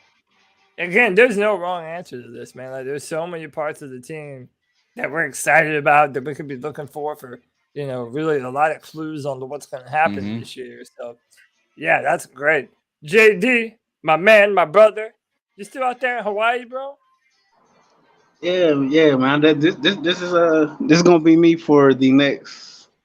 Let's see, my son is 3, so this is gonna be me for the next 15 years. Nice, man. That's not a bad life right there. Yeah, man, living in paradise. That's the sucky thing is I'm much more of a snow person. So. Oh man, dude. Hey, that's a song, by the way. How are you born in South Carolina and you're a snow person? Growing up, like a lot of the stuff I watched on TV, like anime, the fucking X Games and all that shit, I just that was the shit I was drawn to. Like I actually didn't even like football until I was like 13. But just growing up, and my dad, like, he did a very good job of showing me that there is a world outside of South Carolina. So anytime it would get cold, like probably like 4 or 5 trips where we go up north, like North Carolina, Tennessee. So it's like snow out there. I'm like, oh shit, this is dope. Like I can jump into this and not hurt myself. It's a nice change of pace, you know. Yeah. So like I asked him for I was like 6 or 7. I asked for a snowboard, and he's like, yeah, just don't do nothing stupid. And of course, you don't give a 7-year-old that's been watching the X Games anything and tell him not to go try to. Anyway, figured out how to stay balanced on it. God, I can't even say decent. Like I cannot fall. But yeah. Yeah. Well, cool, Hey, man. JD, if you ever get sick of Hawaii, feel free to come out to Mass, and I'll go to Hawaii for you. Yeah, man.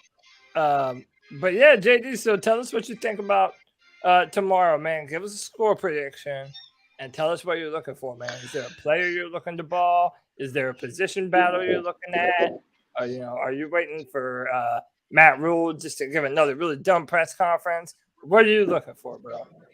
Yeah, so score prediction, I see it being something like 24-14, 24-10.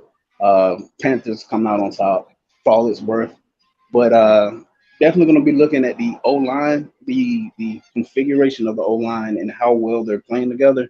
Outside of that, and the whole quarterback, like which quarterback looks better, I'm going to be looking to see how Brandon Smith looks out there. Like, I'm assuming he's going to get a fair amount of play time.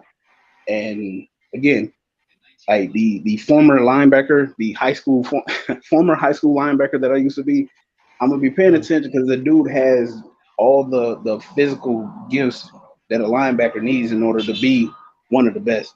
And he's with the Carolina Panthers. Luke Icky, Thomas Davis, John Beason, Sam. If he I just want to see him flying around, getting to the ball like that. That will have me excited for what his future looks like with us and what he could possibly become. Yeah, dude, that's a great one. I really think Brandon Smith, he has the physical potential and ability to be an all-pro kind of player. He just needs the right tutelage. He needs the right mindset, helping him to learn the game. And you're right, man. All the Panther legends at linebackers that we have, man. It goes back. He has a lot of guys to be able to fall back on. So I'm also hoping that he can work his way into a starter this year instead of us having to wait and see kind of what he ends up becoming in the future. I want to see this man do some stuff. So that's a great pick right there. I love that. Dexter, before we go to you, what time is it over there, man? Nearly 3 a.m. Man, dude, see, this is when I love it, when you come on the Friday Free For All, man. That's real dedication, man. Someone that'll stay up until 3 just to hang out with us, man, and talk Panther football. That's loyalty, brother. We love it, man. We love it, brother. You're the only guys. None of my friends are into this, so you're the guys that I come to every Tuesday. On Wednesday for me, I listen to you. You guys are my friends when it comes to this shit. So I really appreciate every single you're one my of you. friend, brother. You're our friend, dude. You're awesome. We couldn't thank you enough for having you on the show, man. Tell us what you're thinking tomorrow, man. Give us a score prediction. And what are you looking for? Is it a player? Is it a battle? What are you looking at, man? There's one person I'm waiting to see tomorrow. And like I said before, he's only going to have one opportunity. It's the very first preseason game. And it's going to be Matt Corral. He's going to, I'm hoping that he's going to play the whole game. It's his opportunity to show himself. And I'm going to go for a 21, maybe 24-17 to the Panthers. I want three touchdowns by Matt Corral. I'm praying for it, man. Dude, me and you are on the same page, dude. I am so excited to see Matt Corral play. I want us to be excited. Like, I'm already seeing clips of Trey Lance, Malik Willis, Trevor Lawrence. I've seen a bunch of people that are looking real good. I want Matt Corral to get on that highlight reel, man. He's our guy, and we've got to get behind him. Imagine him throwing a bomb to Robbie Anderson in the back left corner of the end zone. Dude, it would be perfect. Exactly. It would be absolutely perfect. That's it, man. That's it. Yeah, man. So I guess I'll give my prediction, man. I'm going to say Carolina Panthers, and I'll say 23-17. I think we're going to win by. And I kind of think it's going to come down to the wire. It's going to kind of come down to the very end. And so I'll tell you what, I'll give you number 2, then number 1. Number 2 is Deontay Brown, man. I want to see this guy look good. I want to see him look like a guy that we can depend on to be able to step up if an injury happens or whatever, at guard, at center. I really do believe this young man is a really good football player, and he just needs an opportunity to play to show that. So that's number 1. Or no, that's number 2. Number 1 is number 9. Matt Corral. I'm so pumped. I really do think this young man is the future of the Carolina Panthers. I'm hoping that we see something incredible for him tomorrow. Take care of the football, and don't be afraid to take some chances, man. I'm not gonna freak out if he throws an interception or whatever. You know, it's preseason. You're learning. Get out there, get in rhythm, show that arm talent, show that zip, and put the world on notice, man. Show everyone that the Panthers have one of the brightest futures in the NFL, man. That's what I'm looking for. 1,000%. Yeah, man. Well, look, this has been another edition of the C3 Friday Free For All, man. Hit that like, hit that subscribe, hit that notification bell. And I appreciate everyone for being on here, man. I'm going to let everybody say one more thing before we get off. I'm going to go into reverse order. Dexter, last thing. What would you like to say to the fans before we jump out? Oh, man. I've got nothing else to plug apart from you guys, man. Thank you for, just giving us the content every week. I appreciate every single one of you, from G-Baby to Nick to Panther Pickle. Like, you all provide me with the dose I need every week of this Panthers team. Like, it's honest. I've got no words for it, man. Like, you just give me what I love to need. hear that, man. Dude, you saying that's the reason why I love doing this, man. All the fans and the friends that we've made, dude, it's incredible knowing that we can be a part of people's everyday life and help Panther fans all over the world. Literally all over the world, man. How do you not love that, dude? Dexter, you're the man. I appreciate you, brother. JD. Thanks, guys. Last thing for the show, man. What you got? Yeah, man. I just so like I said, typically one of the first things I check when I wake up in the morning is any Panthers related news, hoping that it's good news, like some dope videos or something that dropped out. National media, as it typically does, they're overlooking the Panthers. We're the 32nd best team or 32nd worst team, however they want to word it. It is what it is. As a Panthers fan, we know what it's like to be overlooked, to be ignored and all those things. But a thought occurred to me as I'm looking at all this stuff and reading everything. One of the worst things for any person to feel is when you're somewhere you probably shouldn't be and you think you're by yourself, only to realize that there is something stalking you, something is near you. That's going to be the Panthers for a lot of teams this year. You're walking through the woods, you're walking through the jungles, you're thinking you're cool, it's a nice, good day. And in the shadows, you notice a pair of blue eyes staring at you. And you know you're fucked. You can't run, you can't scream, you can't yell, you ain't going nowhere. That's it. Yeah. Oh, yeah. Yeah, man. I mean, dude. JD, you're awesome, bro. You bring it every single time. Love having you on the podcast, man. Love being here, man. Yeah, man, for sure. My brother from another mother, CK. It was so good seeing you this weekend, dude. We need to do it more often, dude. So much more often, man. Yeah, I for sure. It would was love great. that. Yeah, great meeting your wife and kid. It was awesome, man. Just a great time. Yeah, what would you like to say before we jump out of here, man? I'm just happy that I guess the season is starting up again. I'm happy to be here with you boys. I'm happy that I had an opportunity to hang out with you guys. Greg and Cody and Kevin. And next year I think we need to get a little more organized. We're going to try to make it a C3 whole thing. But at that, we're going to be seeing you guys, I'm assuming, tomorrow night after the show. If you guys are around, hang out for the post game. But there's really only one thing after that thing that I want to say, and that's keep pounding, man. Keep pounding. I mean, what else is there to say? I know. Keep pounding. That's the only thing anybody really needs to know. Mm-hmm. Panther Pickle is doing his own YouTube now, and when it goes on other shows, he's presented as C3 Panther Pickle, and I like that. Panther Pickle, what's your last little bit for the show? I think we're going to have a good season. But can you imagine the reaction if we enter the draft next year with, say, a top 10 pick, and we act certain people's reactions, and we don't draft quarterback? Can you imagine going off the chain? Can you imagine you're following Friday Free for All when that happens, and G Baby gonna go ballistic?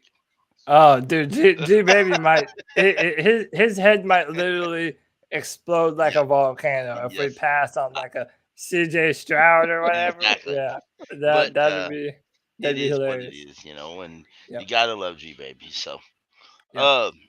you know what though? I remember Panther football before we had keep pounding. I'd rather have the keep pounding part. So keep pounding and go Panthers. Keep pounding. Go Panthers. It's as simple as that, and it doesn't need to be any more complicated. How about that? Next up, this man. He's up in Massachusetts, kicking a whole lot of ass all the time. Nick Montero. Give us your last bit for the show, bro. Dude, I know we're all looking forward to this weekend, but I'm looking forward to next week. Okay. Got the Panthers and the Pats joint practice up here. I'm planning on going on the second day. And then I got tickets to go see them play that Friday. So next Friday, I'll probably be checking in from inside Gillette. So Hell yeah, take some video and we'll be sure and play it on the show, man. oh, I definitely will. Definitely. Hell good. yeah. Hey man, we got some C3 eyes on the ground up in enemy territory. I like that. We're on some real war games reconnaissance type shit. I like that. You know Next it. level stuff. Well, I'll try to ladies and ask any gentlemen, questions I can too while I'm yeah, there. So. right. Dude, 100%. Well, man, that has been another edition of the C3 Friday Free for All, the show for the fans, by the fans. My name is Cody Lashley. Listen, I appreciate everybody that came up to me yesterday and said hello, took a picture with me. You know, dude, makes me feel incredible. I know it makes CK and Greg feel incredible, and Tony as well. We're growing this podcast, and we have so many cool things in store for y'all this year. CK knows what I'm talking about, man. We have so many cool things. OnlyFans. Yeah, dude, yeah. So much OnlyFans content. I'll pay for it, man. Yeah, for sure, dude. You're a real fan, man. But listen, keep it tuned to the C3 Panthers podcast. We're going to be doing a ton of cool stuff this year. My name is Cody Lashley. Until tomorrow, when we'll be doing a post-game show for the first time in forever, you already know what it is, baby. Keep pounding. Keep pounding. Pounding.